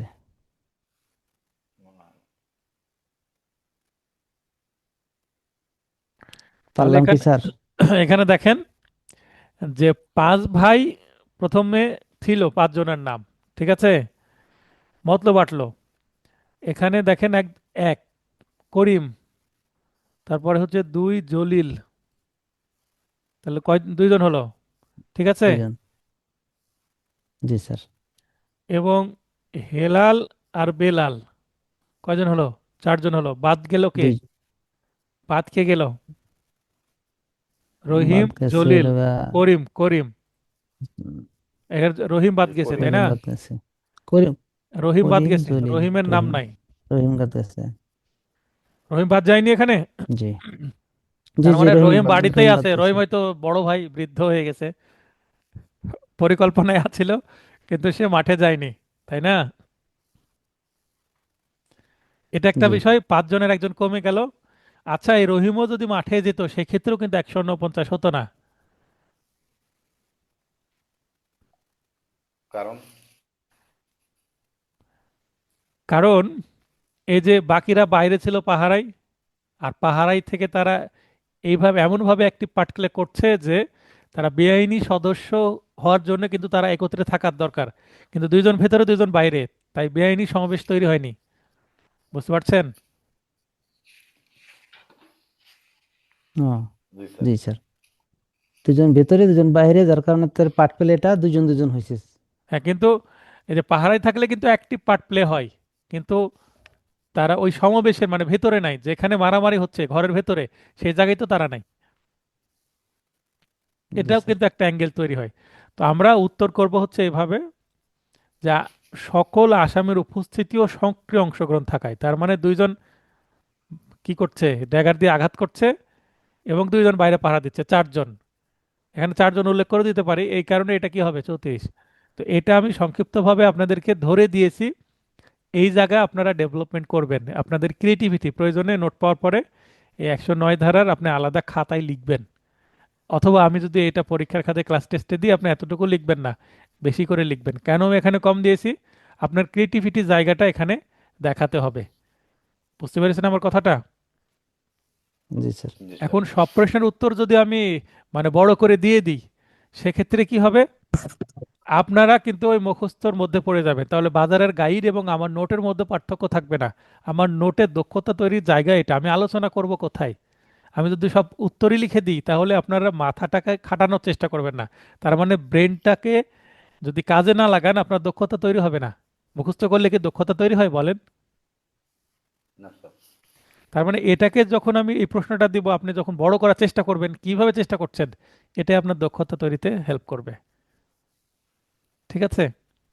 তো আমার ক্লাস ইয়েস টেস্টে স্যার। যদি এই টপিক থেকে আমি প্রশ্ন করি, এখান থেকে যে 9টা প্রশ্ন আমি প্রবলেমেটিক প্রশ্ন এবং পার্থক্য এবং সাধারণ প্রশ্ন মিলে 9টা প্রশ্ন কিন্তু আছে। টপিক 1-এ জয়েন্ট লাইবিলিটিতে টোটাল 9টা প্রশ্ন আছে। এই 9টা প্রশ্নের বাইরেও আমি প্রশ্ন করতে পারি ক্লাস টেস্টে, কিন্তু আপনি ধরতে পারবেন কোথা থেকে এসেছে। আমার কথা বুঝতে পারলেন? আমি ভাষা পরিবর্তন করতে পারি, প্রবলেমেটিক প্রশ্ন এর বাইরেও দিতে পারি আমি নিজের ল্যাঙ্গুয়েজ দিয়ে। তখন আপনাকে উত্তর করে আসতে হবে। ঠিক আছে? জি স্যার। এরপরে আজকের আমাদের আলোচনার আরেকটা বিষয় হচ্ছে টপিক 2, পানিশমেন্টস, দণ্ডসমূহ। তো দণ্ডসমূহ এই টপিকে 4টা মাত্র প্রশ্ন পড়ব, খুব সহজ সহজ ছোট ছোট। দণ্ডবিধি বা পেনাল কোড অনুযায়ী অপরাধীদের কোন কোন দণ্ডে দণ্ডিত করা যায়, এইটা একটা দণ্ডবিধি আগে লিখতো, যেহেতু পুরাতন প্রশ্ন, তাই এই প্রশ্ন যদি আসে পেনাল কোড শব্দটা ব্যবহার করে আসবে। তো কোন কোন দণ্ডে দণ্ডিত করা যায়, অর্থাৎ পেনাল কোড অনুসারে কোন কোন দণ্ড আছে, 53 ধারায় আছেন, এটা আমরা এমসিকিউ নোটে পড়েছি। তাহলে জি স্যার। পেনাল পেনাল কোড এর 53 ধারার বিধান অনুযায়ী 5 প্রকার দণ্ড বর্তমানে বলবৎ আছে। অত্র ধারার বিধান অনুযায়ী অপরাধীদের নিম্নলিখিত দণ্ডে দণ্ডিত করা যায়। দেখেন এমসিকিউ নোটে যেভাবে আছে মোটামুটি ওইভাবেই রেখেছি, যেন আপনার মুখস্থ করতে বাড়তি ইফোর্ট দেওয়া না লাগে। ওইভাবেই লেখা যাবে, সমস্যা নেই। এটা যদি 3 নম্বরের প্রশ্ন আসে এতটুকু লিখলে 3-এ 3 পাবেন। মৃত্যুদণ্ড বা ডেথ, যাবজ্জীবন কারাদণ্ড বা ইমপ্রাইজনমেন্ট ফর লাইফ। ইংরেজি লিখবো কি লিখবো না, ইংরেজি লিখতে পারলে ভালো, না লিখলেও সমস্যা নাই। তবে 3 নম্বরের যদি আমি প্রশ্ন দিই, যদি ইংরেজি সহ লিখেন 3-এ 3, ইংরেজি না লিখলে 3-এ 2 দিব, 1 কেটে দিব। বুঝতে পেরেছেন? জি স্যার। কারাদণ্ড, ইমপ্রাইজনমেন্ট। কারাদণ্ড আবার 2 প্রকার, সশ্রম মানে কঠোর শ্রম সহকারে, বিনাশ্রম সিম্পল আর রিগোরাস। সম্পত্তি বাজেয়াপ্ত, ফরফেসার অফ প্রপার্টি। সিভিল মামলায় বাজেয়াপ্ত হয় না, ফরফেসার হয় না, সিভিল মামলা হয় অ্যাটাচমেন্ট। অ্যাটাচমেন্টের বাংলা হচ্ছে ক্রোক। তো ক্রোক করার ফরফেসার করার মধ্যে সামান্য পার্থক্য আছে, কিন্তু প্রসিডিউর হচ্ছে অন্যের সম্পত্তি ফ্রিজ করে দেওয়া বা আদালতের আওতায় নিয়ে আসা, যার সম্পত্তি সে ব্যবহার করতে যেন না পারে বা অন্যের কাছে বিক্রয় করতে না পারে। আর 5 নম্বর হচ্ছে অর্থদণ্ড বা ফাইন। অত্র ধারার ব্যাখ্যায় বলা আছে যে, এইটা খুবই গুরুত্বপূর্ণ লাইন, এটা কিন্তু মনে রাখতেই হবে, যাবজ্জীবন কারাদণ্ড সর্বদা সশ্রম হবে। কাউকে যদি যাবজ্জীবন কারাদণ্ড দেওয়া হয় তাহলে সারা জীবন সে জেলের মধ্যে বসে বসে খাবে, বিনাশ্রম কারাদণ্ড দেব সেটা কিন্তু হতে পারে না। তার মানে সে ভিতরে থাকলে, সে যদি বৃদ্ধও হয় তাও তাকে হয়তোবা কষ্ট কম হবে, এই ধরনের একটা কাজ দিতে পারে, তার উপযোগী, তার শরীরের উপযোগী, কিন্তু তাকে কাজ করতে হবে, বসে বসে খাওয়া যাবে না, কারণ সারা জীবন তাকে সেখানে থাকতে হবে। মাসি মারের দফা আছে স্যার একটা, বসে বসে মাসি মারে। আমি দেখছি, আমি গেছিলাম দেখছি স্যার। অপরাধীকে দণ্ড প্রদানের উদ্দেশ্য কি?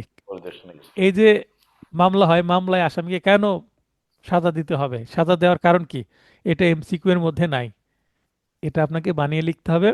এটা হচ্ছে পেনোলজি, ক্রিমিনোলজি অ্যান্ড পেনোলজি বলে একটা কোর্স আমরা পড়েছি এলএলবি অনার্সে। তো ক্রিমিনোলজি অ্যান্ড পেনোলজি থেকেই এটা আসে, আইন বিজ্ঞান বা আপনার যদি জুরি মানে জুরিসপ্রুডেন্স এর মধ্যেও কিছুটা আছে, তবে ক্রিমিনোলজি অ্যান্ড পেনোলজিতে এই বিষয়টা বেশি আছে। তো আপনাদের এত গভীরে নিয়ে যাব না, সংক্ষিপ্তভাবে দেওয়ার চেষ্টা করছি।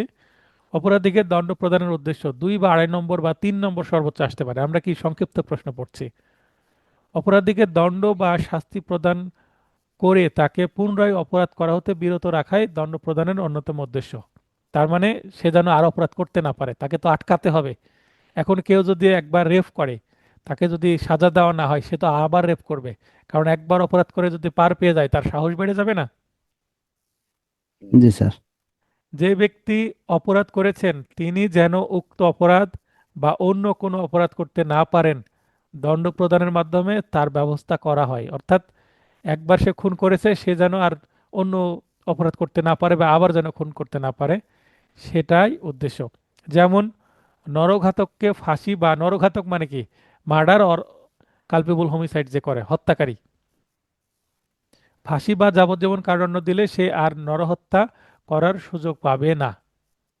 ডাকাতকে যাবজ্জীবন কারাদণ্ড দিলে সে আর ডাকাতি করার সুযোগ পাবে না, কারণ সে জেলের মধ্যে থাকবে, কি করে ডাকাতি করবে? অন্য কথায় বলা যায়, অপরাধীকে দণ্ড প্রদানের মাধ্যমে দৃষ্টান্ত সৃষ্টি করা হয়। কি সৃষ্টি করা হয়? দৃষ্টান্ত। সমাজে একটা উদাহরণ সৃষ্টি করা হয় যে অপরাধ করলে কি হয়, সাজা হয়। যেন একজনের দণ্ড দেখে সমাজের অন্য ব্যক্তিরা সতর্ক হতে পারে। তার মানে কোনো অপরাধীকে পানিশমেন্ট বা সাজা দিলে সে যে ভয় পাবে তা না, তাকে দেখে আরো 10 জন ভয় পাবে। তাহলে সমাজে ন্যায় বিচার কায়েম হলে সমাজে অপরাধ প্রবণতা কমে যাবে, তাই না? জি স্যার। এবং অপরাধ করা হতে বিরত থাকে অন্যরাও। সর্বোপরি শেষ কথা হচ্ছে, অপরাধীকে দণ্ড বা শাস্তি প্রদানের সুদূর প্রসারী উদ্দেশ্য হলো সামাজিক, মানে যে সমাজে সে অপরাধটা হয়ে, মানে যে যে সমাজে অপরাধটা হয়েছে ওই সমাজের লোকজনকে কি করা, সতর্ক করা এবং শান্তি সতর্ক বজায় করা। রাখা ও রাষ্ট্রীয় শান্তি শৃঙ্খলা বজায় রাখা। তার মানে সমাজে অপরাধ, রাষ্ট্রীয় পর্যায়ে অপরাধ, তার মানে সমাজ এবং রাষ্ট্রের মধ্যে পার্থক্য কি? সমাজ হচ্ছে একটা ছোট পরিসর এবং রাষ্ট্র হচ্ছে অনেকগুলো সমাজের সমষ্টি মিলিত রাষ্ট্র। মানে একটা বড় পরিসরে সমাজই তো একটা রাষ্ট্র, একটা দেশ। জি। আইনের শাসন বাস্তবায়ন করাই হচ্ছে দণ্ড প্রদানের উদ্দেশ্য। যদি দণ্ড না দেওয়া হয়, তাহলে আইন রেখে লাভ আছে? না স্যার। যদি স্যার আপনাকে এখানে যদি স্যার এই কথাটা আসতো যে তাকে যদি দণ্ড প্রদান করা না হয়, হুম, তাহলে পরবর্তীতে সে আরো এর থেকে বড় ধরনের অপরাধও সে জড়িয়ে পড়তে করে পারে। ফেলতে পারে। আপনি জি স্যার। আপনি লিখবেন, সমস্যা নাই। এখন এটা যদি 5 নম্বরের জন্য আসে, আরো বড় লিখতে হবে, আপনি একটু বাড়াবেন। আর যদি 2-3 নম্বরের জন্য আসে, ছোট করে লিখবেন। আ- আমার ভাষায় লিখতে হবে তা তো আমি বলছি না, আপনার ভাষাতে লিখেন, সমস্যা নাই। উদ্দেশ্যটা সঠিক হচ্ছে কিনা আপনি নিজে লিখলেই বুঝতে পারবেন। ওই কারণে আমি বলছি বানিয়ে লেখা শিখেন। বাজারের বিভিন্ন পপুলার গাইড আছে, ওই গাইড থেকে যদি আপনি লিখেন, ওরা ধরতে পারবে যে এটা অমুক গাইড থেকে লেখা, তার মানে অমুক গাইড সবাই পড়েছে। আর আপনি যদি আমার নোট পড়েন, আমার নোট তার সবাই নেয়নি, আমার নোট হয়তো বা 500 জন নিবে। তো 500 জনের খাতা তো আর একজনের কাছে পড়বে না, বিভিন্ন জেলা থেকে আমার নোট নিচ্ছে, তাই না? আপনারা স্টুডেন্ট আছেন বিভিন্ন জেলা থেকে, তার মানে আমার নোট থেকেও যদি লিখেন তাও অনেকটা ইউনিক বা স্বতন্ত্র বা একটা ভিন্ন ধরনের একটা ফ্লেভার পাওয়া যাবে লিখায়। বাজারের গাইড থেকে কিছুটা ভিন্নতা আছে আমার লেখার মধ্যে। আবার আপনি যদি নিজের ভাষায় লিখেন, তার মানে আপনার লেখাটাই একমাত্র লেখা হবে আপনার খাতায়, অন্য কারোর সাথে মিল নাই। সেটা সবচেয়ে বেটার, রেখে দিন। সবচেয়ে বেস্ট। ছোটবেলা থেকে বলতো না যে বানিয়ে লেখা শিখো, সৃজনশীলতা। হ্যাঁ, জি। তো সৃজনশীল হলে এই পেশায় ভালো করতে পারবেন, তাহলে ভালো ড্রাফটিং লিখতে পারবেন। আপনি ভালো আইনজীবী তখনই হবেন, আপনাকে সাহিত্য লিখতে হবে না, কিন্তু ড্রাফটিং তো লিখতে হবে আপনাকে। কি কারণে একজন আপনার কাছে সমস্যা নিয়ে আসবে, তার ভাষায় বলবে, তার আঞ্চলিক ভাষায় বলবে। শিক্ষিত মানুষ, অশিক্ষিত মানুষ, বিভিন্ন ধরনের মানুষ আসবে আপনার কাছে, এসে বলবে স্যার আমার এই সমস্যা। এখন আপনাকে বুঝে নিতে হবে তার গল্পটা, বোঝার পরে আপনার ভাষায় আদালতে সাধু অথবা চলিত ভাষায় মামলা রেডি করে জমা দিতে হবে, দায়ের করতে হবে। তার মানে আপনাকে এই পেশায় ভালো করতে হলে ড্রাফটিং তো শিখতেই হবে, এর তো বিকল্প নাই, আছে কি? না স্যার। এখন ড্রাফটিং যদি আপনি একই ফরম্যাটে লিখেন, ওই যে যৌতুকের মামলা, বাবার বাড়িতে গেল, যে বিকেল 5টায় কি করলো, ওই স্ত্রীর বাবার কাছে 5 লক্ষ টাকা যৌতুক চাইলো। দেখবেন ওই একই কথা বারবার আছে অনেক মামলায়। সবচেয়ে ইন্টারেস্টিং বিষয়, আমার কাছে কিছু মামলা আসছে, আমি আসামি পক্ষে। তো এই মামলায় তারিখ দিয়েছে যেটা, কিন্তু ওই তারিখে যে বারটার চেঞ্জ করেনি, কারণ কম্পিউটারে ফরম্যাট ছিল, খালি তারিখ দিয়েছে। ঘটনার তারিখ কি? ঘটনার তারিখ হচ্ছে 12/12/2025, কিন্তু 12/12/2025 কি বার, সেটা নিচে বারটা ম্যাচ করছে কিনা এটা লক্ষ্যই করেনি, মানে বার চেঞ্জ করেনি। তাহলে আগের আগের অ্যাডভোকেটের নেগলিজেন্সি স্যার। হ্যাঁ, আগের মামলায় বার হয়তো বা রবিবার ছিল বা শুক্রবার ছিল, কিন্তু এখন যে বার চেঞ্জ করতে হবে ওটার করেনি, শুধু তারিখ চেঞ্জ করেছে। তার মানে তারিখের সাথে বার ম্যাচ করে না। তাহলে এটাতে তো আসামি একটু হলেও বেনিফিট পাবে, এতে কি তাই না? স্যার অ্যাডভোকেটের এতে স্যার কি অ্যাডভোকেটের গুরুত্ব কমে যায় না স্যার এই বিচারকের কাছে? অবশ্যই কমে যাবে, কমে যাবে না কেন? এখন এটা একটা মানে ক্রিমিনাল মামলায় কিন্তু এই যে যে এজাহার বা নালিশি দরখাস্ত কিন্তু কি করা যায় না, অ্যামেন্ডমেন্ট করা যায় না। দেওয়ানি মামলায় আপনি আর্জি বা লিখিত জবাব বারবার অ্যামেন্ডমেন্ট বা সংশোধন করতে পারবেন, ফ্রেশ দিতে পারবেন। কিন্তু ক্রিমিনাল মামলা একবার লেখা হলে সেটার সংশোধনের সুযোগ নাই দাখিলের পরে। সেই ক্ষেত্রে ওই যে ভুল ডেট দিল, এটা গোপন থাকতে হবে।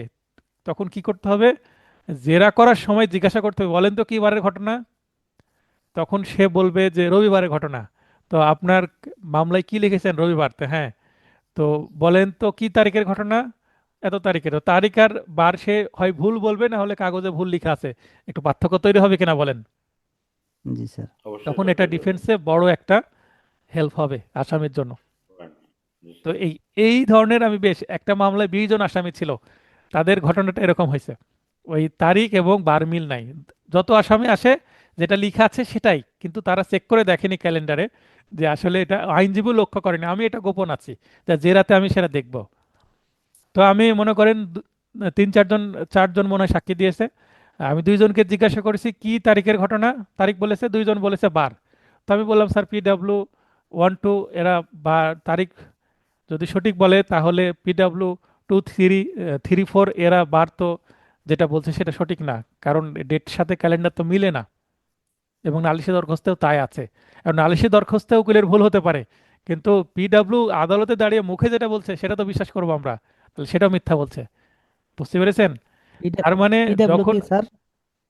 হচ্ছে প্লেন মানে প্রসিকিউশন উইটনেস ক্রিমিনাল মামলায়, মানে বাদী পক্ষের সাক্ষী। তার মানে আমি যদি আগে বলে দিতাম বেল হিয়ারিং বা অন্য সময় যে স্যার এখানে দেখেন 12 ভুল করে রেখেছে, তাহলে এটা উকিল বলতো স্যার আমার নেগলিজেন্স। কিন্তু যখন PWর মুখ দিয়ে আমি বলাই নিব এবং সেটা নোট হয়ে যাবে ডিপোজিশনে সাক্ষী হিসাবে, তখন কিন্তু এটার গুরুত্ব বেড়ে যাবে। ওমর ফারুক ভাই, বুঝতে পারছেন? জি স্যার। এইগুলো আপনাদেরকে শেখাবো, আপনার অ্যাডভোকেট হন। কিছু কিছু আর্ট অফ ক্রস এক্সামিনেশন জেরা করার, যেগুলো যতটুকু আমার জানা আছে, এবং আমার কোর্টের বেশ কিছু বাঘা বাঘা আইনজীবী আছেন, তাদের সাথে পরামর্শ করে আমি একটা ছোট নোট তৈরি করব, মানে জেরার কৌশল, বা হয়তো বা ভবিষ্যতে মার্কেটে বইও আসতে পারে। তো সেগুলো থেকে মূল মূল জিনিসগুলো আয়ত্ত করে দ্রুত যেন আপনারা জেরা ভালো করতে পারেন, এগুলো কিছু তথ্য শেখাবো। আমার সাথে যোগাযোগ রাখবেন অ্যাডভোকেট হয়ে যাওয়ার পরেও। যে সকল ধারার অপরাধের জন্য মৃত্যুদণ্ড দেওয়া যায় তা আলোচনা করুন। পেনাল কোডে, দণ্ডবিধির বা পেনাল কোড, আপনারা এখানে পেনাল কোডে লিখবেন যে সকল ধারায় অপরাধের জন্য মৃত্যুদণ্ডের বিধান আছে। বাংলাদেশের বিদ্যমান আইনে যত রকমের সাজা বা শাস্তি আছে তার মধ্যে সর্বোচ্চ সাজা হলো মৃত্যুদণ্ড। মৃত্যুদণ্ডকে শাস্তির মাত্রায় মানবাধিকারের দৃষ্টিতে আইনি স্বীকৃতি দেয় না। এটা কিন্তু গুরুত্বপূর্ণ কথা। মানবাধিকার বা শাস্তির মাত্রার ক্ষেত্রে কিন্তু মৃত্যুদণ্ড বা ডেথ পেনাল্টি, এটাকে আবার ক্যাপিটাল পানিশমেন্টও বলে, অনেক দেশে কিন্তু মৃত্যুদণ্ড কি হয়ে গেছে, বাতিল হয়ে গেছে। কারণ এটা মানবিক দৃষ্টিতে কি হয়, এটাকে জুডিশিয়াল কিলিং বলে। তার মানে কলমের আঁচড়ে আইনের মাধ্যমে একজন মানুষকে মেরে ফেলা। তো জান হত্যা করা পাপ না, জি স্যার। যে কোনো ধর্ম অনুসারে? তো যদিও আইনে এটা জাস্টিফাই হয়, তো অনেক দেশে যে আমি একজন মানুষকে ফাঁসি দিয়ে মেরে ফেলবো রায়ের মাধ্যমে, সে অপরাধ করেছে, যাবজ্জীবন বা আমৃত্যু কারাদণ্ড হতে পারে।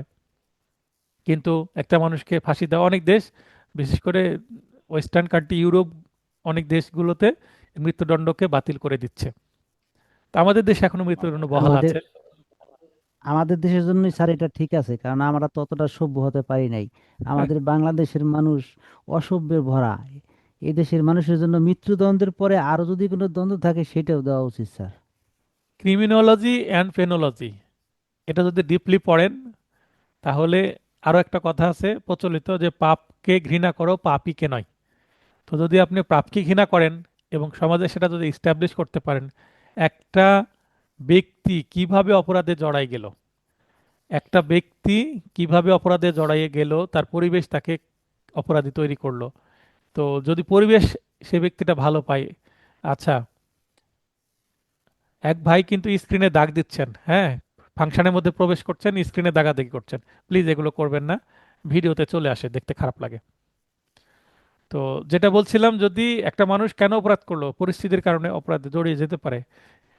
একটা আমার সন্তান যেভাবে মানুষ হচ্ছে, একটা রিক্সা চালকের সন্তান হয়তো বা সেভাবে মানুষ হচ্ছে না, একটা ভিক্ষুকের সন্তান সেভাবে মানুষ হচ্ছে না। আবার একজন শিক্ষক, যে ইউনিভার্সিটির শিক্ষক, তার সন্তান একটু অন্যভাবে মানুষ হচ্ছে, বা একজন এমপি মন্ত্রীর শিক্ষক মানে সন্তান অন্যভাবে মানুষ হচ্ছে। তার মানে কোন পরিবেশে মানুষ হচ্ছে, কোন অর্থনৈতিক পরিকাঠামোতে মানুষ হচ্ছে, অনেক কিছু নির্ভর করে। অপরাধ করার সুযোগ থাকলে অপরাধ মানুষ করতে পারে, যদি সুযোগ তৈরি না হয়, ভালো পরিবেশ পায়। বুঝতে পেরেছেন? শিক্ষা প্রতিষ্ঠানও কিন্তু অপরাধী তৈরি করতে পারে। যদি ভালো শিক্ষা প্রতিষ্ঠান হয় অপরাধ হবে না, ভালো শিক্ষা প্রতিষ্ঠান না হলে, কারণ শিক্ষা প্রতিষ্ঠানে শিক্ষা যদি সঠিকভাবে সে না পায়, সুশিক্ষিত যদি না হয় প্রমোদ চৌধুরীর মতো, হ্যাঁ, স্বশিক্ষিত হতে পারবে না, তখন সে অপরাধী হতে পারে। তো অনেক কিছু ম্যাটার করে। জন্ম থেকে তো মানুষ কি না অপরাধী না, অপরাধী কি একটা শিশুকে অপরাধী হয়?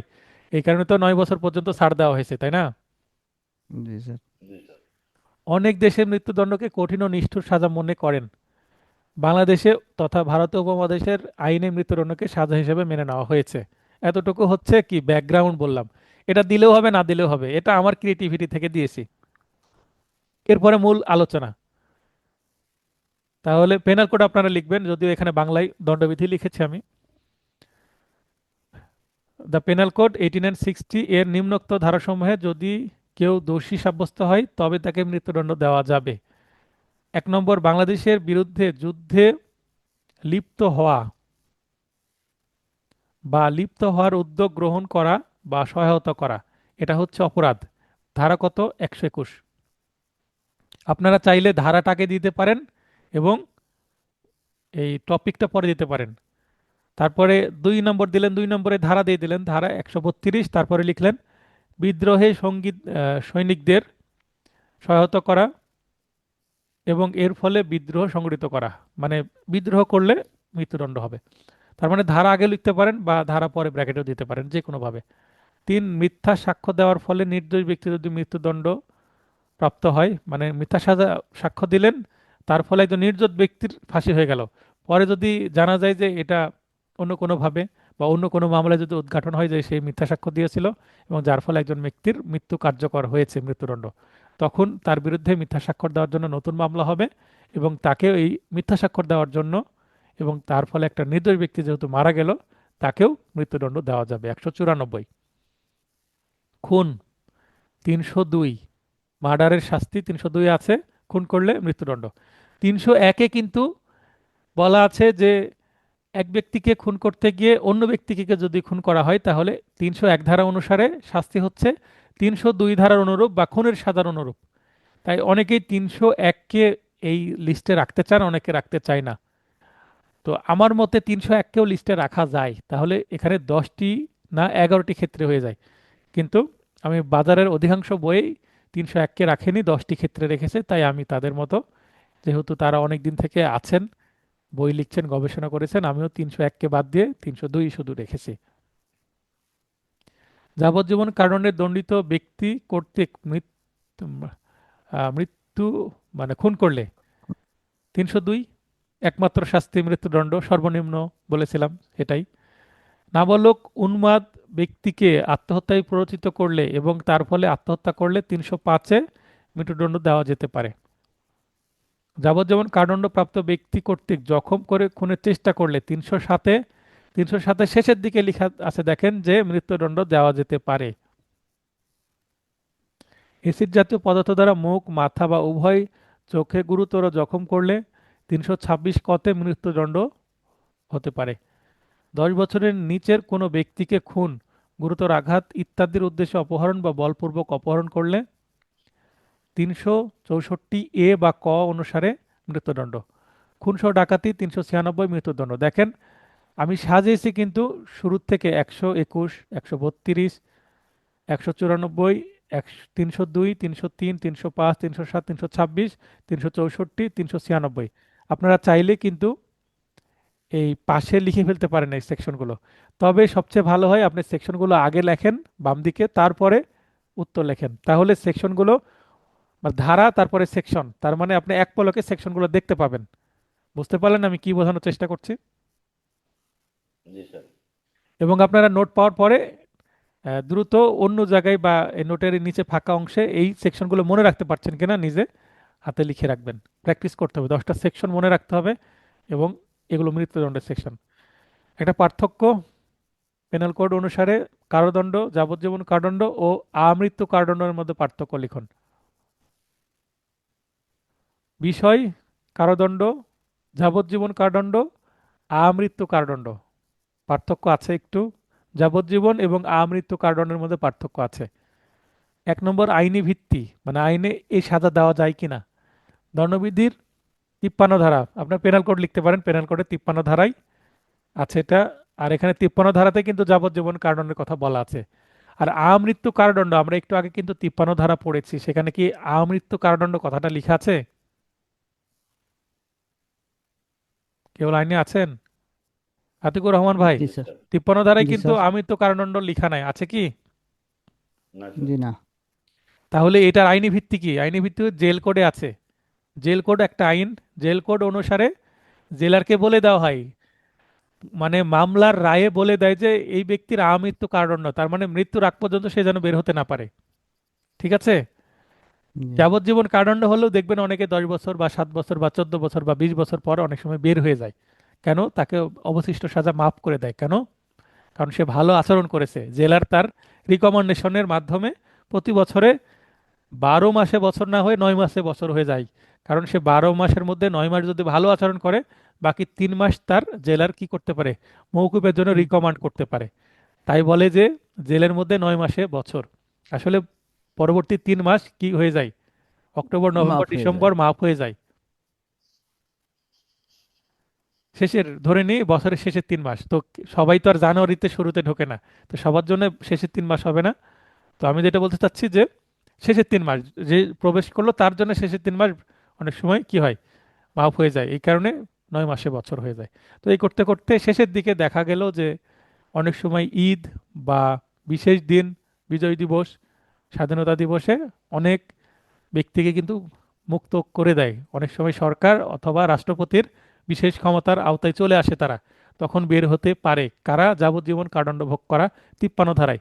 কিন্তু ওই 53 ধারায় সাজা দিতে যে যদি আরেকটু যুক্ত করে দেয় যে এই ব্যক্তির আমৃত্যু কারাদণ্ড শব্দটা লিখে, যাবজ্জীবন না লিখে আমৃত্যু লিখলে, তখন জেলার জেল কোড অনুসারে তাকে ওই জেলখানাতে তাকে মারা যেতে হবে।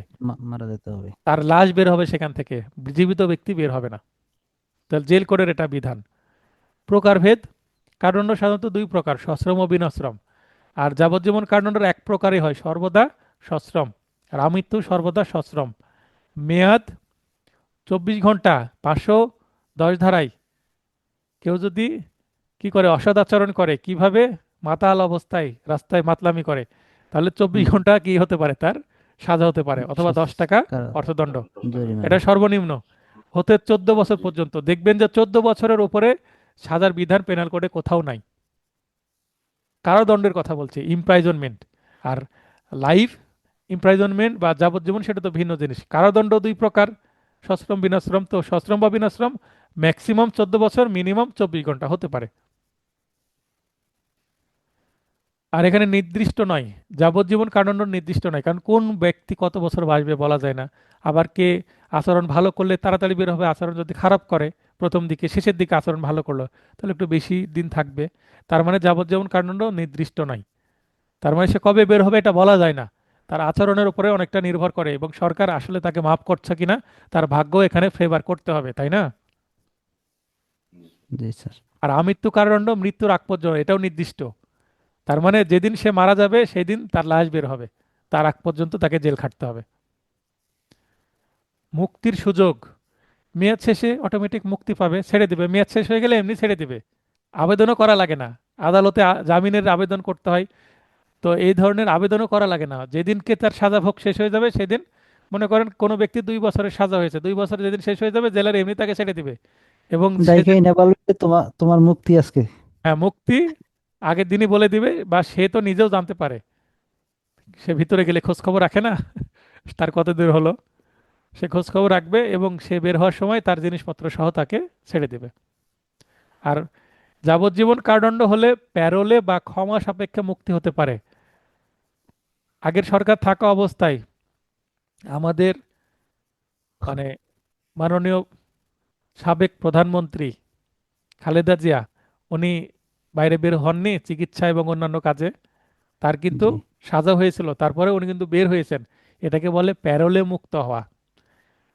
মানে একজন ব্যক্তি দুইভাবে মুক্ত হতে পারে, একটা হচ্ছে জামিন বা বেল, আর একটা হচ্ছে প্যারোল। প্যারোল কখন? সাজা ভোগ করার পরে, মানে সাজা ভোগ করা অবস্থায়, তো সাজা চলমান এখনো অবস্থায়। সাজা এখনো আছে, মনে করেন 5 বছরের জেল হয়েছে কোনো ব্যক্তির, 2 বছর সাজা ভোগ করার পরে সে আবেদন করলো, সারা আচরণ ভালো, তাকে প্যারোলে মুক্ত করে দিতে পারে এবং তাকে অবজারভেশনে রাখবে। অথবা সে চিকিৎসার জন্য মানে ক্ষণস্থায়ী সাময়িক 5 দিনের জন্য চিকিৎসার জন্য তাকে কোথাও নিয়ে যেতে হবে, প্যারোলে মুক্তি। অথবা তার অথবা স্যার, পরিবারের তার হুম পরিবারের কেউ হুম, মারা গেছে, মারা গেছে। 2-1 দিনের জন্য তাকে প্যারোলে মুক্ত করা যাবে, তখন আমরা প্যারোলের আবেদন করব, জামিনের আবেদন না। প্যারোলে মুক্তি দিলে তখন একটা ইন্টারিম, একটা ক্ষণস্থায়ী সে রিলিজ পাবে। বুঝতে পারলেন? এগুলো তো বোঝেন আশা জি করি। প্যারোলে বুঝি স্যার। তো যারা অনেক কোর্টে যান, আসামি প্যারোলে মুক্তি হইয়া বাবা মার এই যে জানাজায় এসে অংশগ্রহণ করে, তো ওইটাই এই কি প্যারোলে মুক্তি আমি স্যার? এমনিতে হাতে নাই স্যার। শিকল বাঁধা থাকে।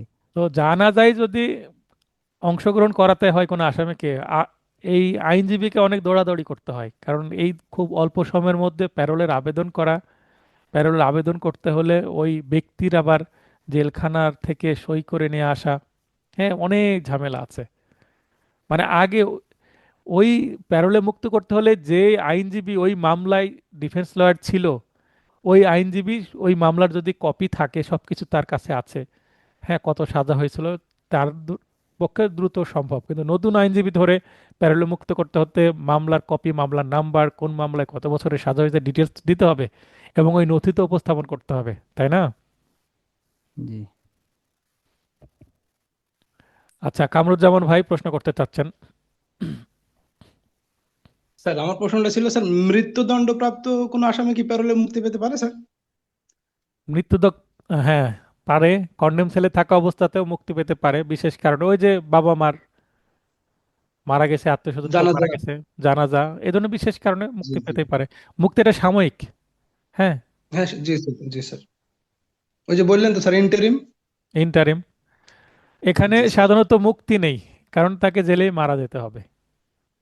এই যে আমি এখানে যেটা দেখিয়েছি, এই এই প্রশ্নটা মেবি বাজারে কোনো গাইডে নাই, এটা আমার তৈরি করা, আপনাদের একটা এক্সট্রা নলেজ দেওয়া আর কি, একটু ডিপ নলেজ দেওয়া এই সম্পর্কে, কারণ আমার স্টুডেন্ট একটু বেশি জানবে এটা আমি চাই। জি স্যার। বাংলাদেশে প্রচলন কোনটার বেশি? বহুল প্রচলিত কারাদণ্ড তো প্রচুর হয়, যাবজ্জীবন কারাদণ্ড প্রচুর হয়, কিন্তু বিরল, অত্যন্ত বিরল, মানে রেয়ার। আমৃত্যু কারাদণ্ড খুব কম আসামিকেই দেওয়া হয়, খুব দুর্ধর্ষ আসামি ছাড়া কিন্তু দেয় না। হ্যাঁ, খুবই দুর্ধর্ষ আসামি হলে মৃত্যুদণ্ডই দিবে, কিন্তু তাকে যাবজ্জীবন না দিয়ে আমৃত্যু দিবে, খুব কম, রেয়ার আছে। ঠিক আছে।